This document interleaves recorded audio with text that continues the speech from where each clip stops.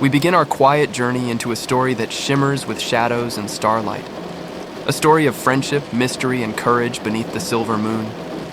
This is the third tale in the softly magical world of Harry Potter, The Prisoner of Azkaban, where time folds gently, the past speaks through the present, and the night hums with secrets waiting to be uncovered. Let's begin not with a bang, but with a hush. A whisper of wind through the trees of the forbidden forest, the soft rustle of owl wings in the rafters, and the gentle turning of pages in a book of spells resting on a candle-lit desk. This is a story that lives between dusk and dawn, in the creak of castle stones, in the echo of distant laughter in a torch-lit corridor. It is summer once again, and Harry Potter is spending another quiet, unhappy holiday at number 4, Privet Drive. But already, far beyond the hedgerows of Surrey, something is shifting. A prisoner has escaped from the highest security prison in the wizarding world. A name has been whispered with dread: Sirius Black. No one yet knows how it will all come together. That a boy with a lightning-shaped scar will face not only danger, but a past that's been carefully hidden from him. That strange, floating creatures who feed on fear will patrol school grounds. That old friends and old enemies will be seen in a new, pale light. But for now, let us drift gently into this darker, deeper chapter of Harry's life, where the shadows are longer, but the light glows ever warmer among friends. This book is not simply about a prisoner. It is about memory, about fear and forgiveness, about time, and the way it can heal or wound. It is about learning who we really are when we step beyond the stories we've been told. As you listen, you may feel the shifting seasons of Hogwarts, cool autumn settling into crisp winter, then the soft bloom of spring. You may hear the hoot of owls as they deliver mail at breakfast, or the creaking of the fat lady's portrait as it swings open to reveal a cozy common room. The fire crackles, the windows mist with quiet snowfall. Somewhere nearby, a ghost sighs through the corridor, and a cat's eyes gleam in the dark. This is a world of enchantments and ancient secrets. A world where a map can whisper hidden truths, and a chocolate frog card can tell you more than a history book. But most of all, this is a story about facing what scares us, not with anger but with understanding, not with noise but with the calm power of knowing who you are. The Prisoner of Azkaban is a turning point in the series. It is more thoughtful, more mysterious, and full of a slower kind of magic. Gone are the wide-eyed discoveries of first, spells and floating feathers. In their place are quieter revelations about family, loyalty, and the thin threads that connect past and present. And yet, even with its heavier themes, the story remains warm and welcoming. There are moments of laughter with Ron and Hermione, of comfort in Hagrid's pumpkin patch, and of wonder under the stars of the astronomy tower. There is the joy of flying, the thrill of cleverness, and the warmth of unexpected gifts on Christmas morning. So tonight you need not stay alert or guess where it's all going. This is not a puzzle to be solved, but a path to be walked slowly, step by step, hand in hand with the story. Let the words flow gently around you. Let the sleepy world of witches and wizards lull you deeper into rest. You are safe here.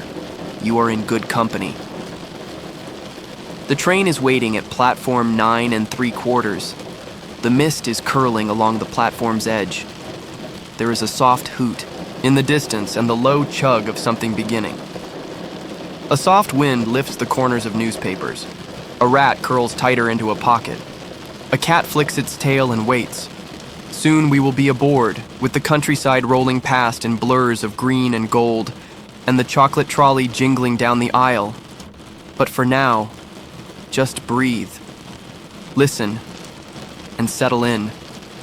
Let the magic begin to unfold, not with a shout, but like the turning of a leaf, the falling of snow, the quiet blooming of truth.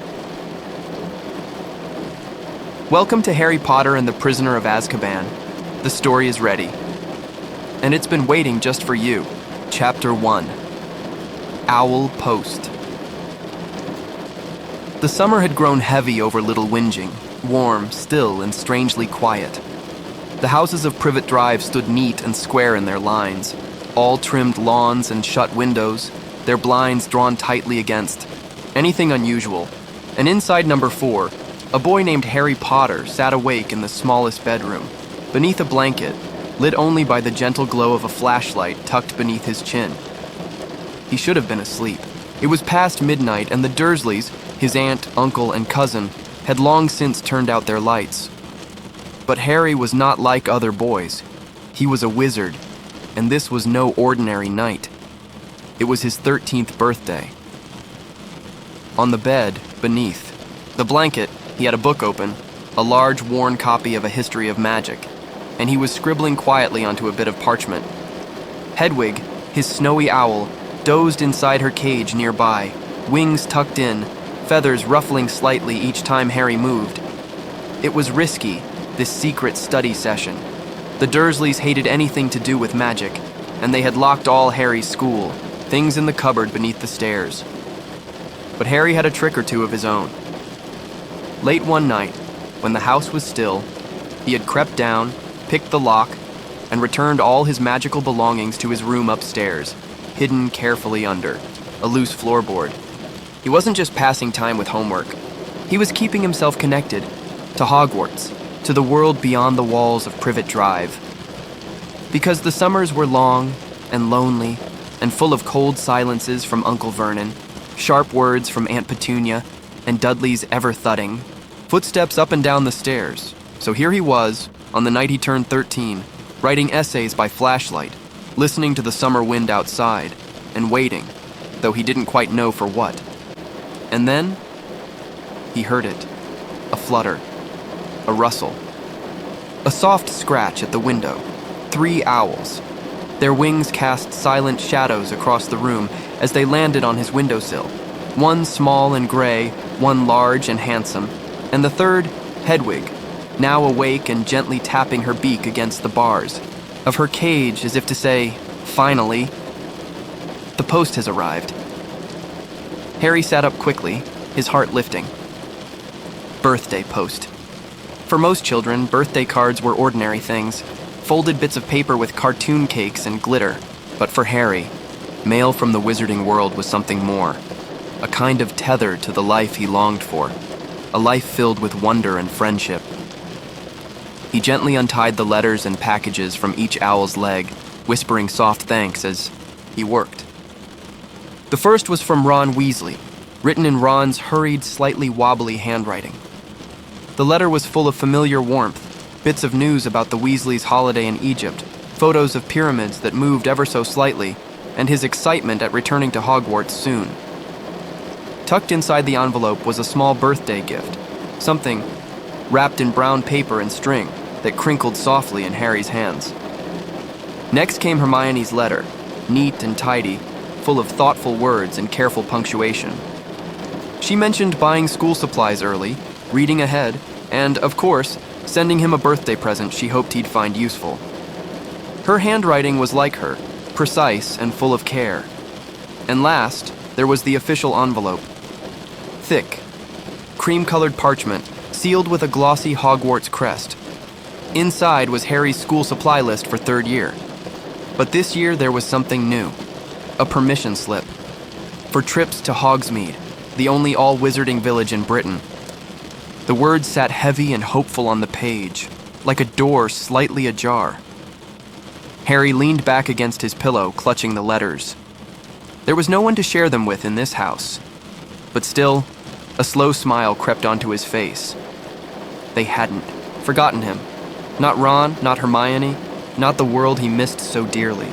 And in the quiet hush of early morning, just for a moment, it felt like Hogwarts wasn't so far away. The owls, having delivered their messages, settled down in the corners of his room. The night deepened. Outside, the stars blinked gently through the leaves. Inside, Harry folded up the letters, placed the wrapped gifts neatly on his desk, and exhaled. This summer was already different. There was a feeling in the air. Not just heat, not just silence, but something else. Something shifting. as if the wind had begun to turn in a new direction, as if the story was beginning to stir. But for now, there was the steady sound of Hedwig preening her feathers, the whisper of wings settling down, and Harry, finally growing sleepy, curling beneath his blanket once more, as the last of the candlelight flickered against the walls. His birthday had begun in darkness, but it was filled now with gentle signs of magic. A promise, perhaps, that something was coming. Chapter 2. Aunt Marge's Big Mistake. The days after Harry's 13th birthday passed slowly, like beads slipping down a string. The summer sun was high, but the air inside number 4, Privet Drive, remained thick with silence and small, sharp rules. Harry rose early, kept to himself, and tried to stay out of the Dursleys' way. He had grown used to this rhythm, of pretending to be invisible, of waiting for the school term to come again, like a light just over the hill. He counted the days in his head like quiet steps toward the familiar safety of Hogwarts. But peace, even in such small measures, never lasted long in the Dursley household. And one evening, just as the sky turned gold and orange with the setting, son Uncle Vernon returned home with news. She was coming, Aunt Marge, Vernon's sister, not a blood relative of Harry's, not someone bound by law or obligation, just an unwelcome presence with a bulldog face, a voice like snapping leather, and a deep, abiding dislike of Harry Potter. She had visited before, of course. Her stays were always loud and unpleasant, filled with complaints about everything Harry did or didn't do. She spoke of him like one might a poorly trained dog, something to be corrected or preferably locked in the shed. But this time, her visit would stretch longer than usual, several days, and she expected to be treated like royalty. Uncle Vernon, preparing for her arrival, laid out the rules to Harry in a voice that pulsed with warning. "You will be polite," he said. "You will keep out of sight, and you will not, under any circumstances, mention that school of yours. If you do, no Hogsmeade trips, no broomsticks, no letters to your friends." Harry clenched his jaw but said nothing. The thought of missing out on the Hogsmeade visits, on exploring the little shops and winding streets with Ron and Hermione, was almost too much to bear. So he made a decision. He would try. Try to keep calm. Try to keep quiet. Try to pretend, for a few days, that the weight in his chest didn't press harder every time Marge entered the room. She arrived in a gust of perfume and dog hair, bulldogs circling her feet like round, slobbering shadows. Her voice boomed through the house. Her laughter, thick and cruel, rattled the kitchen cupboards, and from the very first moment, Harry felt it. The old, familiar burn rising behind his ribs, that itchy kind of frustration that came from holding everything in. He focused on the ticking of the clock, the scrape of cutlery, the swing of Dudley's legs under the table. Anything to stay calm. But Marge had a gift for needling. Her comments came sharp and steady, like a cold wind blowing through a cracked window. "You must be getting food from somewhere," she said one night at dinner, eyeing Harry's face. "You're looking a little less scrawny." Another evening, sipping wine with a pinky raised, she turned to Vernon and cooed, "It's all in the blood, of course. If there's something wrong with the bitch, there'll be something wrong with the pup." Harry's hand clenched around his fork. He could feel it, magic curling beneath his skin like a rising tide, but he breathed through it, in and out, in and out. "And still," she went on. The final evening, as they sat around the table and the dog snored gently at Marge's feet, she turned to Harry, her cheeks flushed with drink. "I had a friend who bred dogs," she began, "and she told me, if there's something wrong with the mother, well, it's only natural the pup should be strange. Your lot. That's what you are. Bad breeding. Rotten through." It was like a string had been pulled too tight and snapped. Harry didn't mean to do it. He didn't say a word, but something shifted. The wine glass trembled. The room held its breath, and Aunt Marge began to inflate. Slowly at first. A button popped. Her face reddened. Her voice faltered. And then she rose from her seat, her hands flapping in panic as her body swelled like a balloon caught in a breeze. The Dursleys shouted. The dogs barked. Marge's feet left the floor. She floated, up and up, her skirts billowing, her voice high, and wheezing as she bumped gently against the ceiling, and Harry, trembling slightly, turned on his heel and walked upstairs. He had had enough.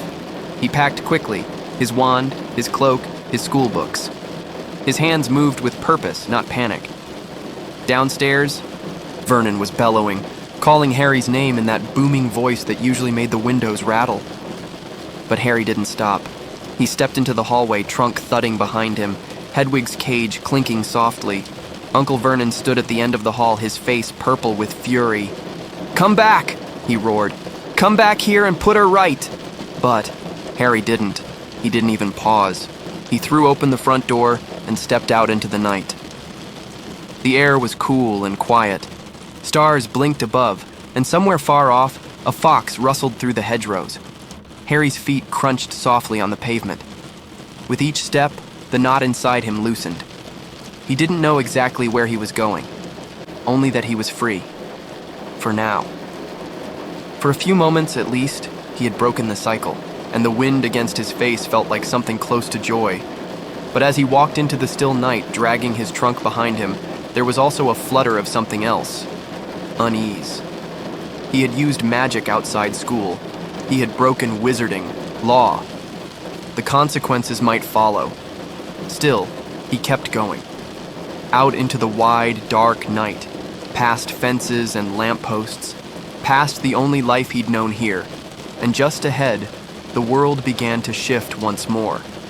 As if something, someone, was waiting for him just around the corner. But that, dear listener, is a tale for the next chapter. Chapter 3. The Night Bus. The sky over Privet Drive had darkened into a rich velvety blue. The stars, so often unseen behind curtains and closed blinds, now blinked freely in the summer sky, like scattered embers from a far-off fire. And Harry, 13 and alone, stood at the edge of the curb with his trunk beside him, his owl Hedwig rustling gently in her cage. He had left number 4 behind. The front door still swung faintly open, the echo of Uncle Vernon's shouts drifting, on the wind like a distant storm. But here, on the pavement, in the quiet hush of evening, it felt like a different world. A world that belonged only to him. He had no plan, really. No destination in mind. Only a need to escape, and a quiet hope that the wizarding world, somewhere, out there, might catch him before he fell too far. Harry sat down on his trunk, breath shallow, wand tucked carefully in his pocket. A street lamp flickered overhead. The night was still, save for the occasional rustle of leaves or the distant bark of a dog. And then, he heard it. A sudden crack, like someone had split the air itself, and Harry tumbled backward in surprise, his wand flying from his pocket. He scrambled up, heart thudding, and reached for it, peering into the shadows. But instead of a threat, he found something else entirely. Out of the night roared a great lurching shape, tall and purple and glowing, faintly in the dark. It skidded to a stop before him, its brass lamps blinking like sleepy eyes. It was a bus, but not just any bus. A triple-decker, polished wood, deep violet paint, golden lettering across the front. The night bus. A hiss of air escaped as the doors creaked open, and down stepped a boy with a pimply face, large ears, and a cheery expression that seemed completely unfazed by the odd hour. "Welcome to the night bus," he said, in a practiced sort of way. "Emergency transport for the stranded witch or wizard. Just stick out your wand hand, step aboard, and we'll get you where you need to go." Harry blinked, stunned. He hadn't called for it. Not exactly. But somehow, his fall, his wand, his wish, it had all added up to this. He stood slowly, dusting off his jeans. I need to go to London." The boy, whose name was Stan Shunpike as he introduced himself, grinned. "Righto, hop on then. We'll get you there." Inside, the night bus was like no other vehicle Harry had ever seen. Instead of seats, There were brass bedsteads, small, bouncy mattresses that slid with every turn. Chandeliers clinked gently from the ceiling, and a wizard in a nightcap snored peacefully in one corner. Stan helped him load his trunk, while a gruff round driver named Ernie took his place at the wheel. "Hang on," Stan called as Harry perched on the nearest bed. And with a great lurch, like the whole world had taken a misstep, the night bus shot forward. It didn't drive so much as jump, from one street to the next, squeezing through impossibly narrow gaps, passing through lampposts and phone booths with ghost-like ease. Each time, the beds slid and creaked, the chandeliers danced above, and the bus appeared in a new part of England without warning. Outside, the scenery flickered, by like dreams, dark woods, sleeping villages, empty motorways. Inside, it was oddly peaceful. Soft snoring, the rustle of newspapers, the faint clatter of teacups on saucers. Stan settled beside Harry and began to chat, as if they were old friends meeting on a midnight train. "So, what's your name then?" Harry hesitated. His thoughts swirled with worry about the Dursleys, about Hogwarts, about what the Ministry might do to him for using magic. Neville Longbottom," he said quietly. Stan nodded, not noticing anything strange. "Right, Neville. Bit of a night, eh?" Harry asked him questions about the night bus, about how it worked. Stan explained cheerfully that it picked up stranded witches and wizards all over Britain, day or night. No schedules, no stops. Just where you needed to go, when you needed to go there. And as they bounced through the countryside, Stan unfolded a copy of the Daily Prophet. The front page showed a black and white photo of a man with hollow eyes, tangled hair, and a gaunt, haunted face. He didn't blink, just stared, and stared, and stared. "Sirius Black," Stan said grimly. "Escaped from Azkaban." Harry leaned closer. "Who is he?" "A murderer. Real nutter, that one. Killed 13 people with a single curse. They say even you-know-who was afraid of him." Stan explained how no one had ever broken out of Azkaban before. The guards there, dreadful creatures called Dementors, could suck the happiness right out of you. And now Black, most feared and infamous, was loose. Harry listened, silent. There was something in the air now. A new kind of fear, soft but unsettling, like a cold wind just under the skin. Still, he said nothing. Just stared at the photograph, at the eyes that didn't blink. Eventually, the night bus began to slow. They had reached Diagon Alley, quiet and half asleep in the early hours. Ernie parked with a groan of brakes outside the Leaky Cauldron, the little wizard inn tucked between muggle shops. Stan helped Harry off, carrying his trunk with a soft thud onto the pavement. "Well, Neville," Stan said with a wink, "here we are. Good luck." And then, with a puff of smoke, a lurch, and a snap, the night bus vanished once more into the night. Harry turned to the inn's crooked front door, and it creaked open before he could knock. Inside stood a bald, cheerful wizard with a kindly face. "Tom, the innkeeper." "Mr. Potter," he said with a smile. "We've been expecting you." Harry stepped inside, the warmth of the inn washing over him like a blanket, and just for a moment, he let himself believe he was safe. Chapter 4. The Leaky Cauldron. The Leaky Cauldron had the hush of early morning about it, low light spilling from sconces on the walls, soft creaks of old wooden floors, and the scent of something warm rising from the kitchen. Harry awoke in a room far cozier than any he'd known at the Dursleys. It was small but snug, with brass bedposts, a round window looking onto the alley below, and a clock ticking gently on the bedside table. For the first time in a long while, he felt safe. He stretched slowly, still half dreaming, and lay while in the soft sheets, listening to the gentle hum of life below, distant footsteps, the clink of dishes, and the occasional owl hooting as it passed by the window. No chores to be done. No glares from Uncle Vernon. No sharp words from Aunt Marge. Just this, a pocket of peace in the wizarding world. He rose and dressed, running a hand through his hair and smiling to himself. There were still so many things to worry about. Sirius Black, the Ministry, the looming start of a new school year. But here, in Diagon Alley, time felt slower, softer. Downstairs, Tom the innkeeper greeted him with a kindly nod and a hearty breakfast. Eggs, toast, and pumpkin juice, served with a quiet understanding that Harry needed space and stillness. The days that followed drifted by like leaves on a calm stream. Each morning, Harry wandered the winding streets of Diagon Alley.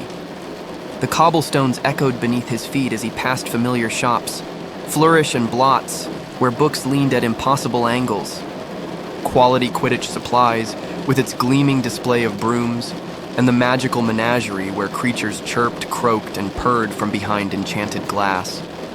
There was no need to rush, no schedule, just the joy of being free. He stopped.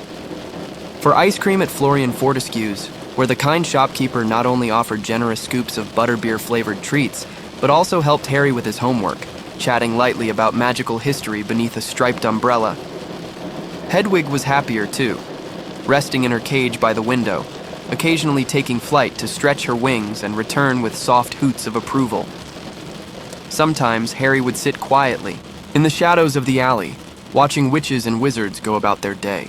A little girl tugged at her mother's robes, pointing excitedly at self-writing quills. An elderly man argued gently with a talking mirror. A group of Hogwarts students dashed by, arms full of spellbooks and sweets. There was something healing about the rhythm of this life. The rustle of parchment, the glow of wand light behind shop windows, the smell of cauldrons bubbling quietly in the distance. But not all was calm beneath the surface. The newspapers still carried that same haunted face, Sirius Black, eyes hollow and wild. Whispers fluttered through the alley like moths, that he had been seen, that he was getting closer, that the Ministry was on high alert. Harry heard it all. But in this little cocoon of calm, it felt far away. Then, one morning toward the end of August, familiar voices echoed through the inn. It was Ron and Hermione. They burst into the Leaky Cauldron with the glow of summer still clinging to them. Ron's hair tousled, Hermione's arms full of books. Harry grinned as they rushed toward him, and for a moment, the world felt whole again. Ron launched into stories about Egypt, where the Weasleys had visited ancient tombs and wrestled with enchanted mummies. Hermione eagerly shared what she'd read over the summer, books on magical creatures, time spells, and school electives. She had, it turned out, signed up for nearly every class. They laughed, catching up over warm scones and bubbling butterbeer, their conversation swirling like the golden foam in their mugs. Soon after, the Weasley family arrived in full. Mrs. Weasley with her warm hugs and fluttering fuss, Mr. Weasley with his endless curiosity about Muggle gadgets, and the twins, Fred and George, with pockets full of jokes and fireworks. It was a lovely kind of chaos, and Harry welcomed it. Together, they made their final school preparations. At Flourish and Blots, Hermione loaded up on textbooks for every subject imaginable. Ron complained loudly about the weight of his new divination guide. Harry, meanwhile, eyed a display in the Quidditch shop. The Firebolt, the fastest broom in the world, its sleek handle gleaming in the sunlight. It was far out of reach, of course, but dreams like brooms were made to fly. They stopped at the robe shop, where Madame Malkin adjusted hems with flicks of her wand. They passed by Gringotts, where goblins nodded solemnly behind marble counters. They bought potion ingredients, parchment, and, of course, a small stockpile of sweets from sugar plums. It was all wonderfully familiar, wrapped in the warmth of friendships and shared memories. And then, one evening, Harry was summoned to speak with Cornelius Fudge, the Minister for Magic. He was waiting in the Leaky Cauldron's parlor, a rotund man with a bowler hat and an expression of cautious kindness. Harry's heart thudded. He was certain this was it, that he'd be expelled, that he'd broken the law and now must face the consequences. But Fudge only smiled, patted his shoulder, and told him not to worry. The Ministry, it seemed, had decided to overlook the accidental magic. No punishment, no expulsion, just a warning. Harry was stunned.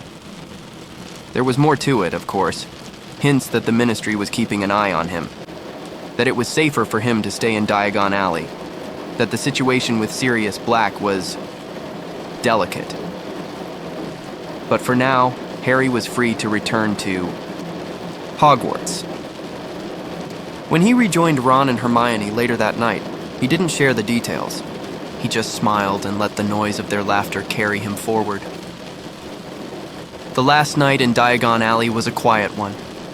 The alley was bathed in golden lantern light, and the shops had begun to close, shutters drawn with soft clinks and creaks. Harry sat at his window for a long time, watching the silhouettes of wizards move like shadows against the cobblestones. Tomorrow, he would board the Hogwarts Express. Tomorrow, the story would continue. But tonight, he let his eyes drift shut. The sounds of the magical world wrapping around him like a soft blanket, cradling him gently into sleep. Chapter 5. The Dementor. The morning of the journey back to Hogwarts dawned with a quiet drizzle tapping against the windows of the Leaky Cauldron. Mist curled around the rooftops, and the sky wore a sleepy gray, as if the world itself were in no rush to wake. Inside, the Weasley family bustled gently through breakfast, clinking spoons and half-packed trunks filling the inn with a cozy sort of noise. Harry sat with Ron and Hermione, warm toast in hand, watching as Mrs. Weasley fretted over packed lunches and polished wands. "Make sure you don't lose your rat again, Ron," she murmured, adjusting his cloak. "Scabbers is fine," Ron muttered, holding up the sleepy little creature, who gave a weak squeak before curling deeper into his pocket. At last, with trunks levitated and owl cages swinging, the group made their way to King's Cross Station, disappearing one by one through the brick barrier to platform 9 3/4. There, the scarlet train waited, steam curling softly around its wheels like a dream half-spoken. Harry felt it again, that warm flutter of coming home, as he stepped aboard and found a compartment with Ron and Hermione. They stowed their trunks, settled into the soft seats, and watched through the window as the platform began to melt away. The train pulled out with a low, steady chug. Rain traced patterns on the glass as the landscape slowly unfurled, fields and forests blurred by mist. Inside the compartment, the gentle clatter of the train wheels created a soothing rhythm, a lullaby of motion and distance. Ron dozed against the window, arms crossed over his chest.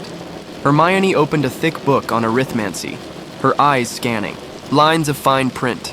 Crookshanks, her enormous ginger cat, purred lazily at her feet, casting suspicious glances toward Ron's pocket, where Scabbers quivered with unease. Harry leaned back and watched the sky darken as they passed into the hills. Itus was peaceful at first.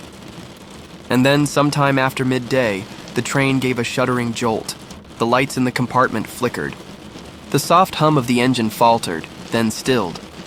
Outside, the world had turned gray-blue, the rain harder now, pelting sideways against the windows.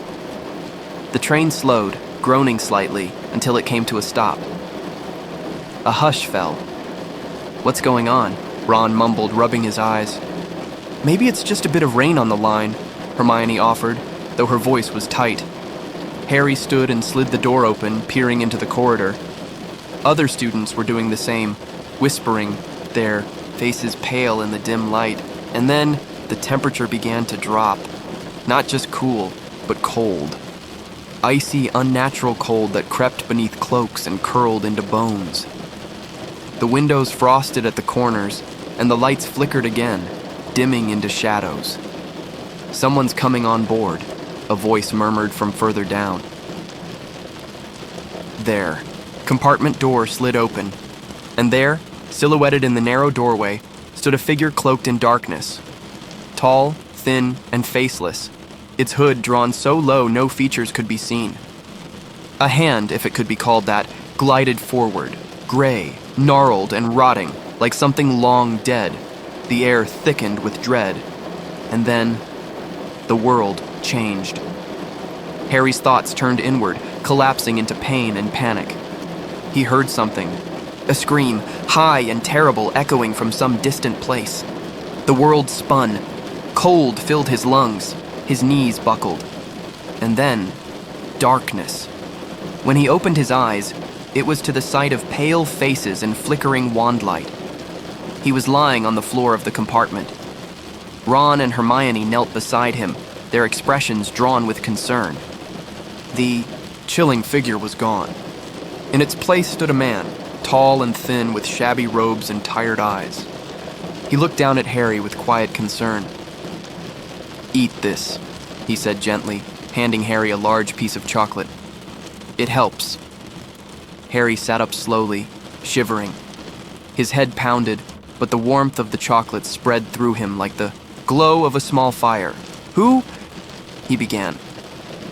"Professor R.J. Lupin," Hermione answered quietly. "He's the new defense against the dark arts teacher." Professor Lupin turned to them all, his voice steady but kind. "What you saw, that was a Dementor. The guards of Azkaban." The word hung heavy in the compartment. Dementors, sent by the Ministry to guard against Sirius Black. They drain peace, hope, happiness, Lupin said softly, as the train shuddered back to life. "Even memories can slip away in their presence. You were very brave." Harry stared at the floor, still shaken. He had felt something more than cold, something deeper. A darkness that reached into the corners of his soul and pulled. But for now, he nodded. The train rolled on, lights slowly warming once more. The rain had eased, and soft gray clouds parted to reveal glimpses of the highlands. Soon the castle would come into view. As twilight fell, the turrets and towers of Hogwarts rose from the mist, glowing gently with lanterns lit in every window. The lake shimmered with reflections of gold. The path to the castle wound upward like a ribbon of shadow. The students gathered their things and stepped off the train, the air crisp and cool around them. And though Harry's heart was still unsteady, and though something colder than he'd ever known had touched him that day, he looked up at the castle and felt a whisper of calm. He was back.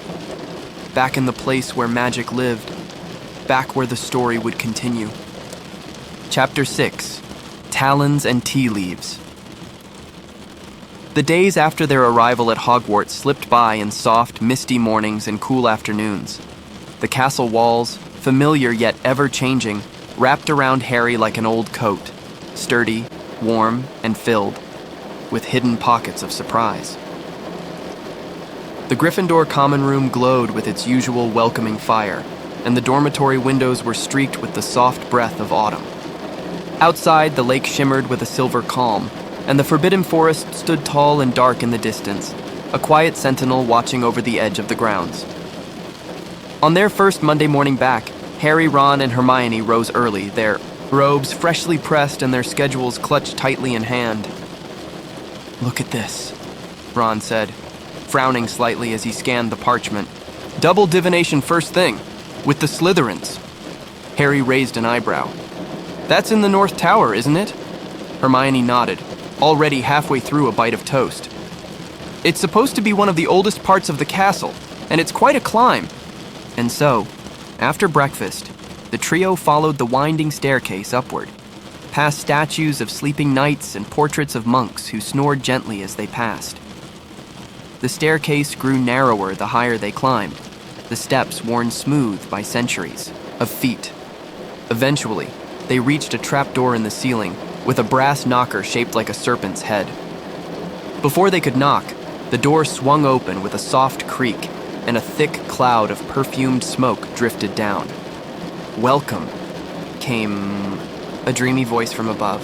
Come in, my children." Climbing into the room was like stepping into a cloud. The air was heavy with the scent of burning incense and something like dried flowers. The curtains were drawn tight, and the only light came from small, flickering lamps draped in colored scarves. It felt like a room wrapped in velvet dreams. This was the divination classroom. At the center of it all sat a woman with enormous glasses that magnified her eyes into shimmering saucers. Her shawls hung in layers, and her voice floated through the haze like a breeze across still water. "I am Professor Trelawney," she intoned softly. "Together, we shall explore the unknown, the unseen, the mysteries that lie beyond the veil." Ron shot Harry a sideways look, but they said nothing. Everyone took their seats at the round tables, each set with a delicate china teacup, a silver spoon, and a small pot of steaming tea. Today, Professor Trelawney announced, they would be reading the leaves. "Gently swirl your cup 3 times. Clockwise," she said, fluttering past them. "Then tip it upside down onto the saucer. The shapes left behind will reveal your future." Harry and Ron poured their tea, filling the room with the faint scent of bergamot and something herbal. Steam curled upwards, soft as sighs. "Looks like a blob," Ron muttered, squinting into his cup. "Maybe a bowler hat?" "Could be a sheep," Harry offered. Hermione, ever precise, read from her textbook with care, scanning a chart of symbols. "That's not a bowler hat, it's the Grim." "The what?" Ron asked, peering closer. "The Grim," Hermione said, a little too quickly, as if not quite believing it herself. "A large black dog that's supposed to be a death omen." At that, Professor Trelawney drifted over to their table, her voice like the hush of wind through the branches. "My dear," she said, peering into Harry's cup, "I'm afraid the signs are clear." Her eyes widened behind her glasses. "You have the Grim." A chill passed between them, even in the warm haze of the room. Harry frowned. He remembered the enormous black dog he had seen just before he caught the night bus. Could it have been the same? But the moment passed as Trelawney floated onward, murmuring to another student about impending illness or lost love. Hermione, ever practical, rolled her eyes and busied herself with her notes. As they descended the North Tower after class, the sunlight felt brighter somehow, and the fresh air cleared the lingering incense from their lungs. Their next lesson took place far closer to the ground, outside, on the edge of the forest, where the grass was still damp from the morning dew. It was time for care of magical creatures. Hagrid waited for them, beaming proudly, a thick, leather-bound book tucked under one arm. The first lesson of the term would, he declared, be a real treat. And indeed, it was unlike any lesson they'd had before. Hagrid led them toward the paddock at the edge of the trees, where something stirred behind the fence. Something sleek and feathered, with long silver wings and sharp eyes that gleamed in the sunlight. "Behold," Hagrid said, his chest puffed out, "a hippogriff." The students gasped softly. The creature was magnificent, part eagle, part horse, with feathers that shimmered like stormlight. "His name's Buckbeak," Hagrid explained. "Now listen carefully. They're proud creatures, hippogriffs. You must always bow and wait. If they bow back, you may approach." The class watched wide-eyed as Harry stepped forward. His heart thudded softly as he bowed low, eyes on the ground. There was a hush, a breathless pause, and then Buckbeak lowered his great beaked head in return. Harry smiled, wonder stirring in his chest. He stepped forward, and with Hagrid's encouragement, climbed gently onto the creature's back. With a rustle of wings, Buckbeak leapt into the air. The world dropped away. They soared above the paddock, above the forest, above the lake glimmering like glass. The wind rushed past Harry's ears, and for a moment, everything else, Dementors, omens, shadows, vanished. There was only the sky and the beating of great wings. When they landed, Harry's face was flushed, his hair whipped wild by the wind. "That was brilliant," he breathed. The other students took their turns, some with more confidence than others, but the lesson turned sharply when Draco Malfoy approached. He moved lazily, arrogantly, and ignored Hagrid's careful instructions. When he reached out without waiting for Buckbeak to bow, the creature reared back, startled. A sharp talon slashed across Draco's arm. There was a moment of chaos, shouts, scrambling feet, Malfoy falling to the ground. Though the wound was not deep, he cried out as if mortally wounded, clutching his arm and howling about expulsion and danger. Hagrid's face crumpled. I told you, he didn't listen. Madame Pomfrey arrived to take Draco to the hospital wing, and the class was dismissed early. Back in the castle, the mood shifted. Whispers moved through the halls, about danger, about creatures, about responsibility. But Harry, Ron, and Hermione sat quietly by the fire that evening, their thoughts full of symbols and shadows, wings and warnings. Outside, the sky faded into night, and the stars blinked softly into place, and, far beyond the towers of Hogwarts, something waited, something dark.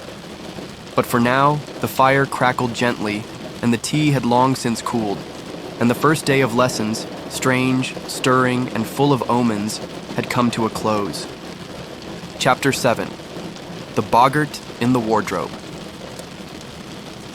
The morning air in the castle was crisp and expectant, like a page about to be turned. The Gryffindors were buzzing with quiet curiosity, for today they would finally meet the new defense against. The dark arts teacher, Professor Lupin, Harry, Ron, and Hermione made their way down the corridor with the others, their robes fluttering gently, their bags heavy with books. There was a softness to the mood, the kind that comes when something unknown hovers just around the corner. The classroom itself was unassuming, with tall windows that let in golden light and desks worn smooth by years of restless hands. A few moments after the students settled in, the door creaked open and Professor Lupin entered. He was tall and thin, dressed in well-worn robes. His face bore signs of weariness, lines at the corners of his eyes, a quietness behind his smile. But there was a gentleness in his presence.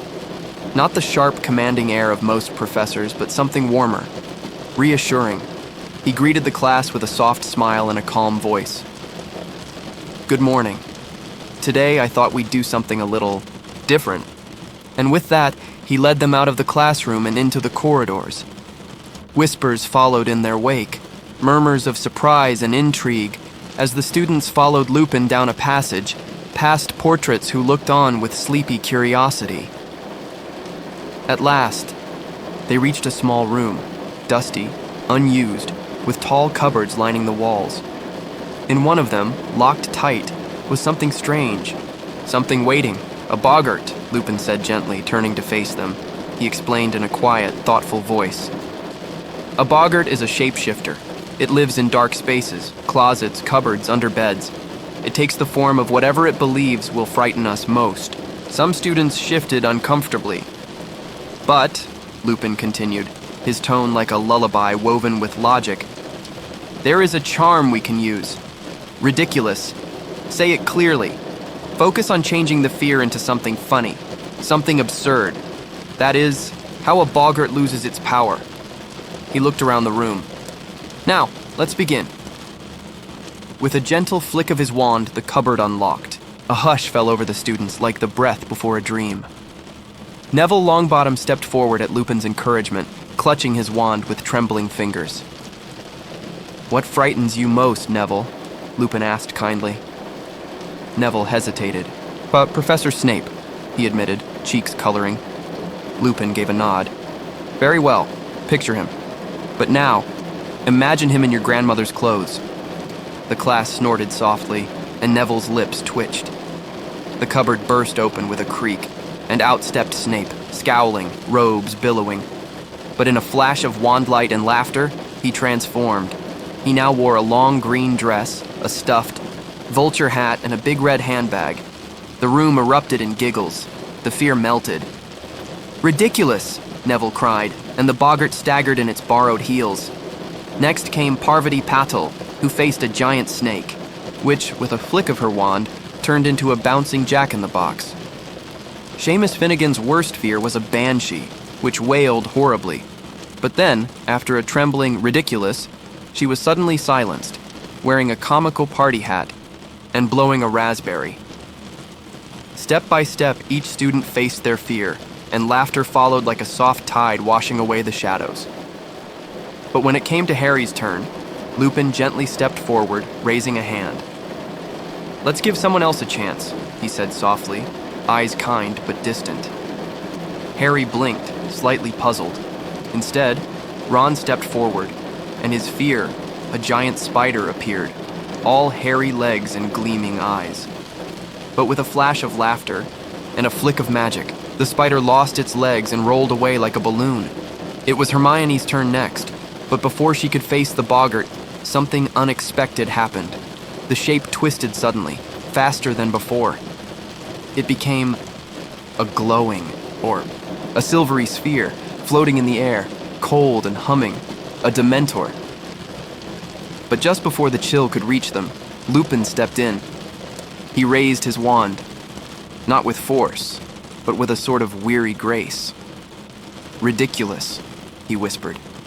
And in that moment, the Dementor transformed, its dark, hollow cloak replaced by a silvery balloon, which let out a high-pitched squeak and deflated slowly, spiraling to the ground. The class laughed again, but it was gentler now, with a ripple of relief. The Boggart, overwhelmed, vanished with a soft pop. Professor Lupin turned to the class. "That's enough for today. Well done, all of you." They returned to the classroom, still smiling and whispering, their fears somehow softened by the memory of laughter. Harry lingered behind. "Professor," he asked quietly, "why didn't you let me have a go?" Lupin studied him with thoughtful eyes. "I had a feeling the Boggart might turn into a Dementor, and I didn't think that was something you needed to face. Not today." Harry nodded slowly, not entirely satisfied, but understanding all the same. There was something different about Lupin, something quietly protective. Later, in the Gryffindor common room, Ron and Hermione brought up the lesson again. "That was brilliant," Ron said. "I mean, Neville got to dress Snape up in his grands clothes. I'll never forget that." Hermione was more thoughtful. "Did you notice how Lupin stepped in for Harry?" Ron nodded. "Yeah, weird, isn't it? He seems, I don't know, to understand more than he lets on." Outside the windows, the sky darkened. Inside, the fire cast golden flickers on the yacht. Stone walls and laughter softened into quiet hums. For the first time in a long while, defense against the dark arts had felt safe. And though Harry still didn't quite know why Lupin had intervened, he couldn't help but feel a sense of calm when he thought of him. A presence in the shadows, gentle and watchful, like a candle that doesn't shout its light, but simply glows. As the fire cracked and sleep crept into their limbs, the students of Gryffindor drifted off one by one. Their fears a little smaller now, their dreams a little lighter. And Hogwarts, that old and dreaming castle, wrapped its arms around them once more. Chapter 8, Flight of the Fat Lady. The weeks that followed Professor Lupin's class brought with them a rhythm of learning and laughter. The air in the castle was still rich with the scent of old parchment and warm meals, and the fires and the common rooms burned steadily, casting soft light on students hunched over essays and spell books. But as the leaves began to crisp and fall outside, something else began to change inside the walls. Sirius Black. The name was spoken in hushed tones now, floating through corridors like a warning. Students leaned closer in the great hall, trading what they'd heard or thought they'd heard. Whispers said he was closer now. Some even said he had been spotted. The Daily Prophet printed bold headlines about sightings, rumors, and reinforced ministry efforts to track him down. To Harry, these reports felt strangely distant. He didn't understand why everyone expected him to be afraid. He hadn't asked to be kept safe. And yet, the adults around him all seemed to tighten their circles. It began with little things. Filch, the caretaker, now patrolled with twice the scowl and 3 times the key rings. Peeves, the poltergeist, was unusually quiet. Perhaps even he had picked up on the tension. The fat lady, guardian of the Gryffindor common room entrance, grew more irritable, snapping at students who forgot the password. "Fizzing Wisby," Hermione would murmur firmly each time, dragging Ron along by the sleeve. Still, there were comforting constants. Hagrid's care of magical creatures class had softened. Since the Buckbeak incident, he seemed more cautious, choosing tamer creatures for the lessons. They learned about flobberworms, dull and harmless things that barely moved through their soggy beds of lettuce. Divination continued to be peculiar. Professor Trelawney's tower classroom still smelled of burnt incense and over-sugared tea. She remained wrapped in gauzy shawls, murmuring cryptic things about doom and destiny, her eyes as glassy as crystal balls. Harry tried not to think too hard about her repeated claims that he was doomed. The words didn't trouble him as much as they should have. He found her lessons more like odd daydreams than anything that could truly pierce his world. And then came the day of the Quidditch team meeting. Oliver Wood, their captain, had become more intense than ever. With matches approaching, he was determined to lead Gryffindor to victory. They met in the locker room after class, huddled in their scarlet robes. Wood launched into a long and passionate strategy session, discussing plays and wind direction, and the importance of unity. Harry nodded along, but felt a strange weight tugging at the back of his mind. He couldn't place it, just a feeling, like something waiting. That evening, the castle seemed a little quieter than usual. Dinner passed, with the usual clatter and chatter, but the air in the corridors after nightfall was hushed. The portraits along the walls seemed to glance nervously, whispering behind painted fans and books. Ron and Hermione walked beside Harry as they made their way back to the Gryffindor common room, their footsteps echoing softly in the dim light. They reached the corridor where the fat lady's portrait hung. They stopped. She was gone. The frame was empty, just a blank canvas of painted stone. At first, there was confusion. Students arriving behind them murmured and gathered, wondering aloud where she might have gone. It wasn't unheard of. Sometimes the fat lady wandered, but never without reason, and never without warning. Soon, Professor McGonagall arrived, her robe swishing crisply, her eyes sharp. "What's going on here?" she asked, her voice low and urgent. "She's gone," Ron said. "The fat lady, she's not here." Then came a rustling behind them as Dumbledore himself arrived. The hush deepened.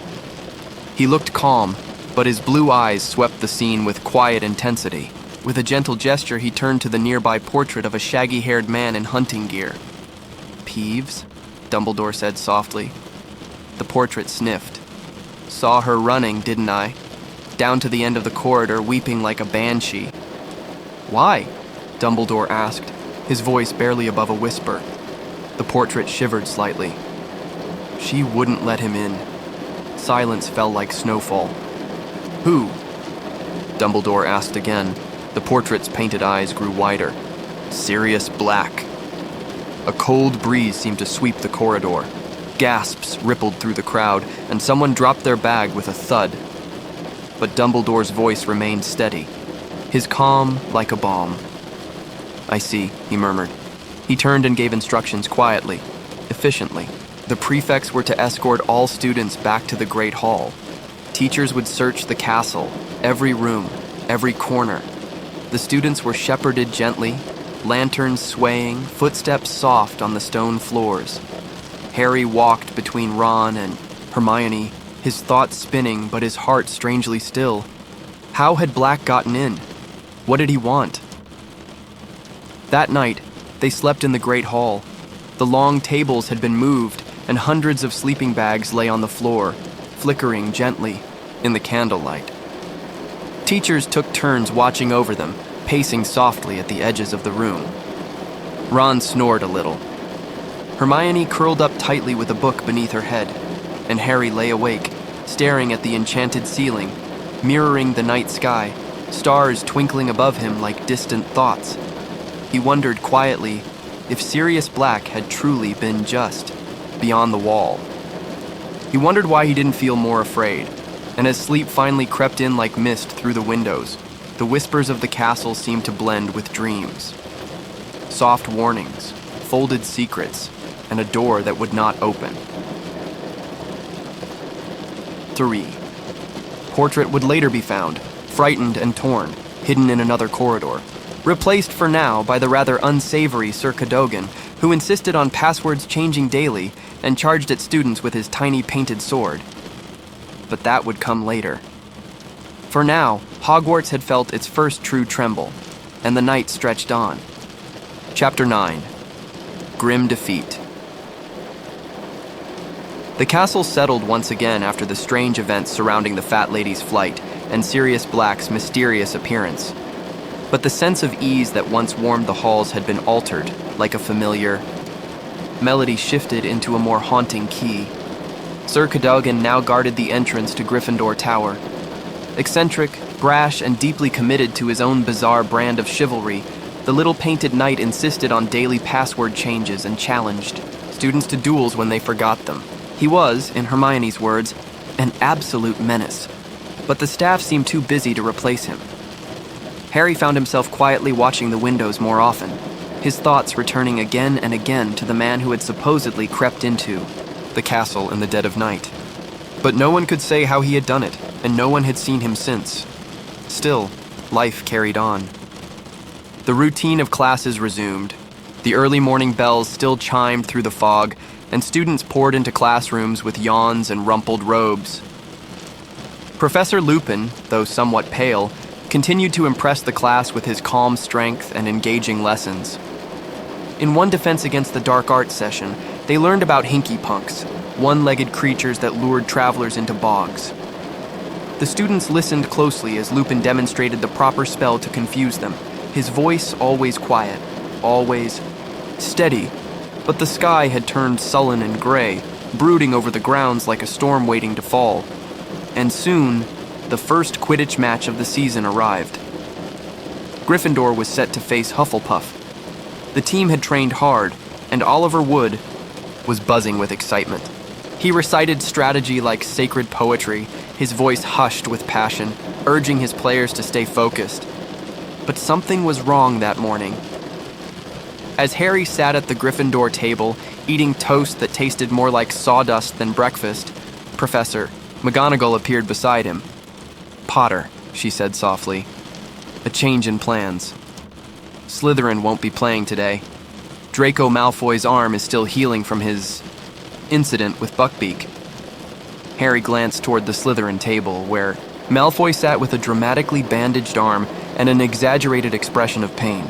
He was clearly enjoying the excuse to skip the match. McGonagall continued. "You'll be playing Hufflepuff instead." Harry's brow furrowed. "Hufflepuff?" She nodded. "Yes, I know this is unexpected, but Cedric Diggory is their new seeker, and quite a good one. Best of luck." The news rippled through the team like a strange breeze. Cedric Diggory. Tall, quiet, kind. He was well liked, but also fast, strong, and determined. The match would be no simple victory. The team suited up, nerves tightening around their hearts like chilled rope. The changing rooms echoed with the rustling of robes and the clinking of gear. Harry tightened his gloves. The wind outside was picking up, howling slightly against the windows. Rain threatened. He glanced out at the sky. Heavy clouds had gathered. When they took to the pitch, it was like flying through smoke. Thick, wet mist had descended, swirling through the stadium in low, sweeping gusts. Spectators wrapped themselves in scarves, watching with wide eyes. The whistle blew, and the game began. The players launched upward, streaks of red and yellow vanishing into the gloom. Harry flew higher, scanning the sky for the snitch. His broom, the Nimbus 2000, responded beautifully to every motion, gliding through the air like a bird on the wind. The roar of the crowd was muffled by the fog, and the sound of rain began to fall. Soft at first, then harder, each drop a whisper against his goggles. The match grew more chaotic. The bludgers were harder to track in the mist, and players slipped through each other's vision like shadows. Cedric was a golden blur, always close, always searching. And then, it happened. A chill, sudden and deep, crept across the air. Harry felt it first as a weight behind his eyes, a pulling down feeling that made his broom falter. The mist thickened. The sky darkened, though no more clouds had come. Then the screaming started. Not from the crowd, but from somewhere inside Harry. High and terrible, distant, but piercing. A woman's scream, filled with fear. and a man shouting her name. The world began to spin. Below, in the stands, people saw it happen. A dark mass had appeared at the edge of the field, tall, cloaked, gliding forward like smoke given shape. A Dementor. No, more than one. 3 of them approaching the pitch like fogbanks. Cold, ancient, hungry. Harry's vision went white, then black, then stars. He fell through the fog, fell through memory, fell through cold, and then stillness. When he awoke, he was in the hospital wing. The first thing he saw was white. White. Sheets, white ceiling, pale afternoon light coming through the tall windows. Ron and Hermione sat beside him, worried and quiet. Madame Pomfrey bustled nearby, her hands full of potions and fluffed pillows. "You fainted," Ron said gently. "You fell right off your broom," Hermione added, her voice small. Harry's head swam. He remembered the screams, the cold, and then nothing. Dumbledore had acted swiftly, they told him. He had slowed Harry's fall with a spell, catching him like a leaf dropped from a high tree. But his broom, the beloved Nimbus 2000, had been blown into the Whomping Willow. There was nothing left to save. Harry felt a strange emptiness at that. Not just about the broom, though that hurt, but something else, something deeper. Why had he been the only one who fainted? Others had felt cold, yes, but no one else had collapsed. No one else had heard screaming. Professor Lupin visited later, that day. He looked pale himself, leaning slightly on his cane, but his voice was gentle as always. "Dementors affect us all differently, Harry," he said softly.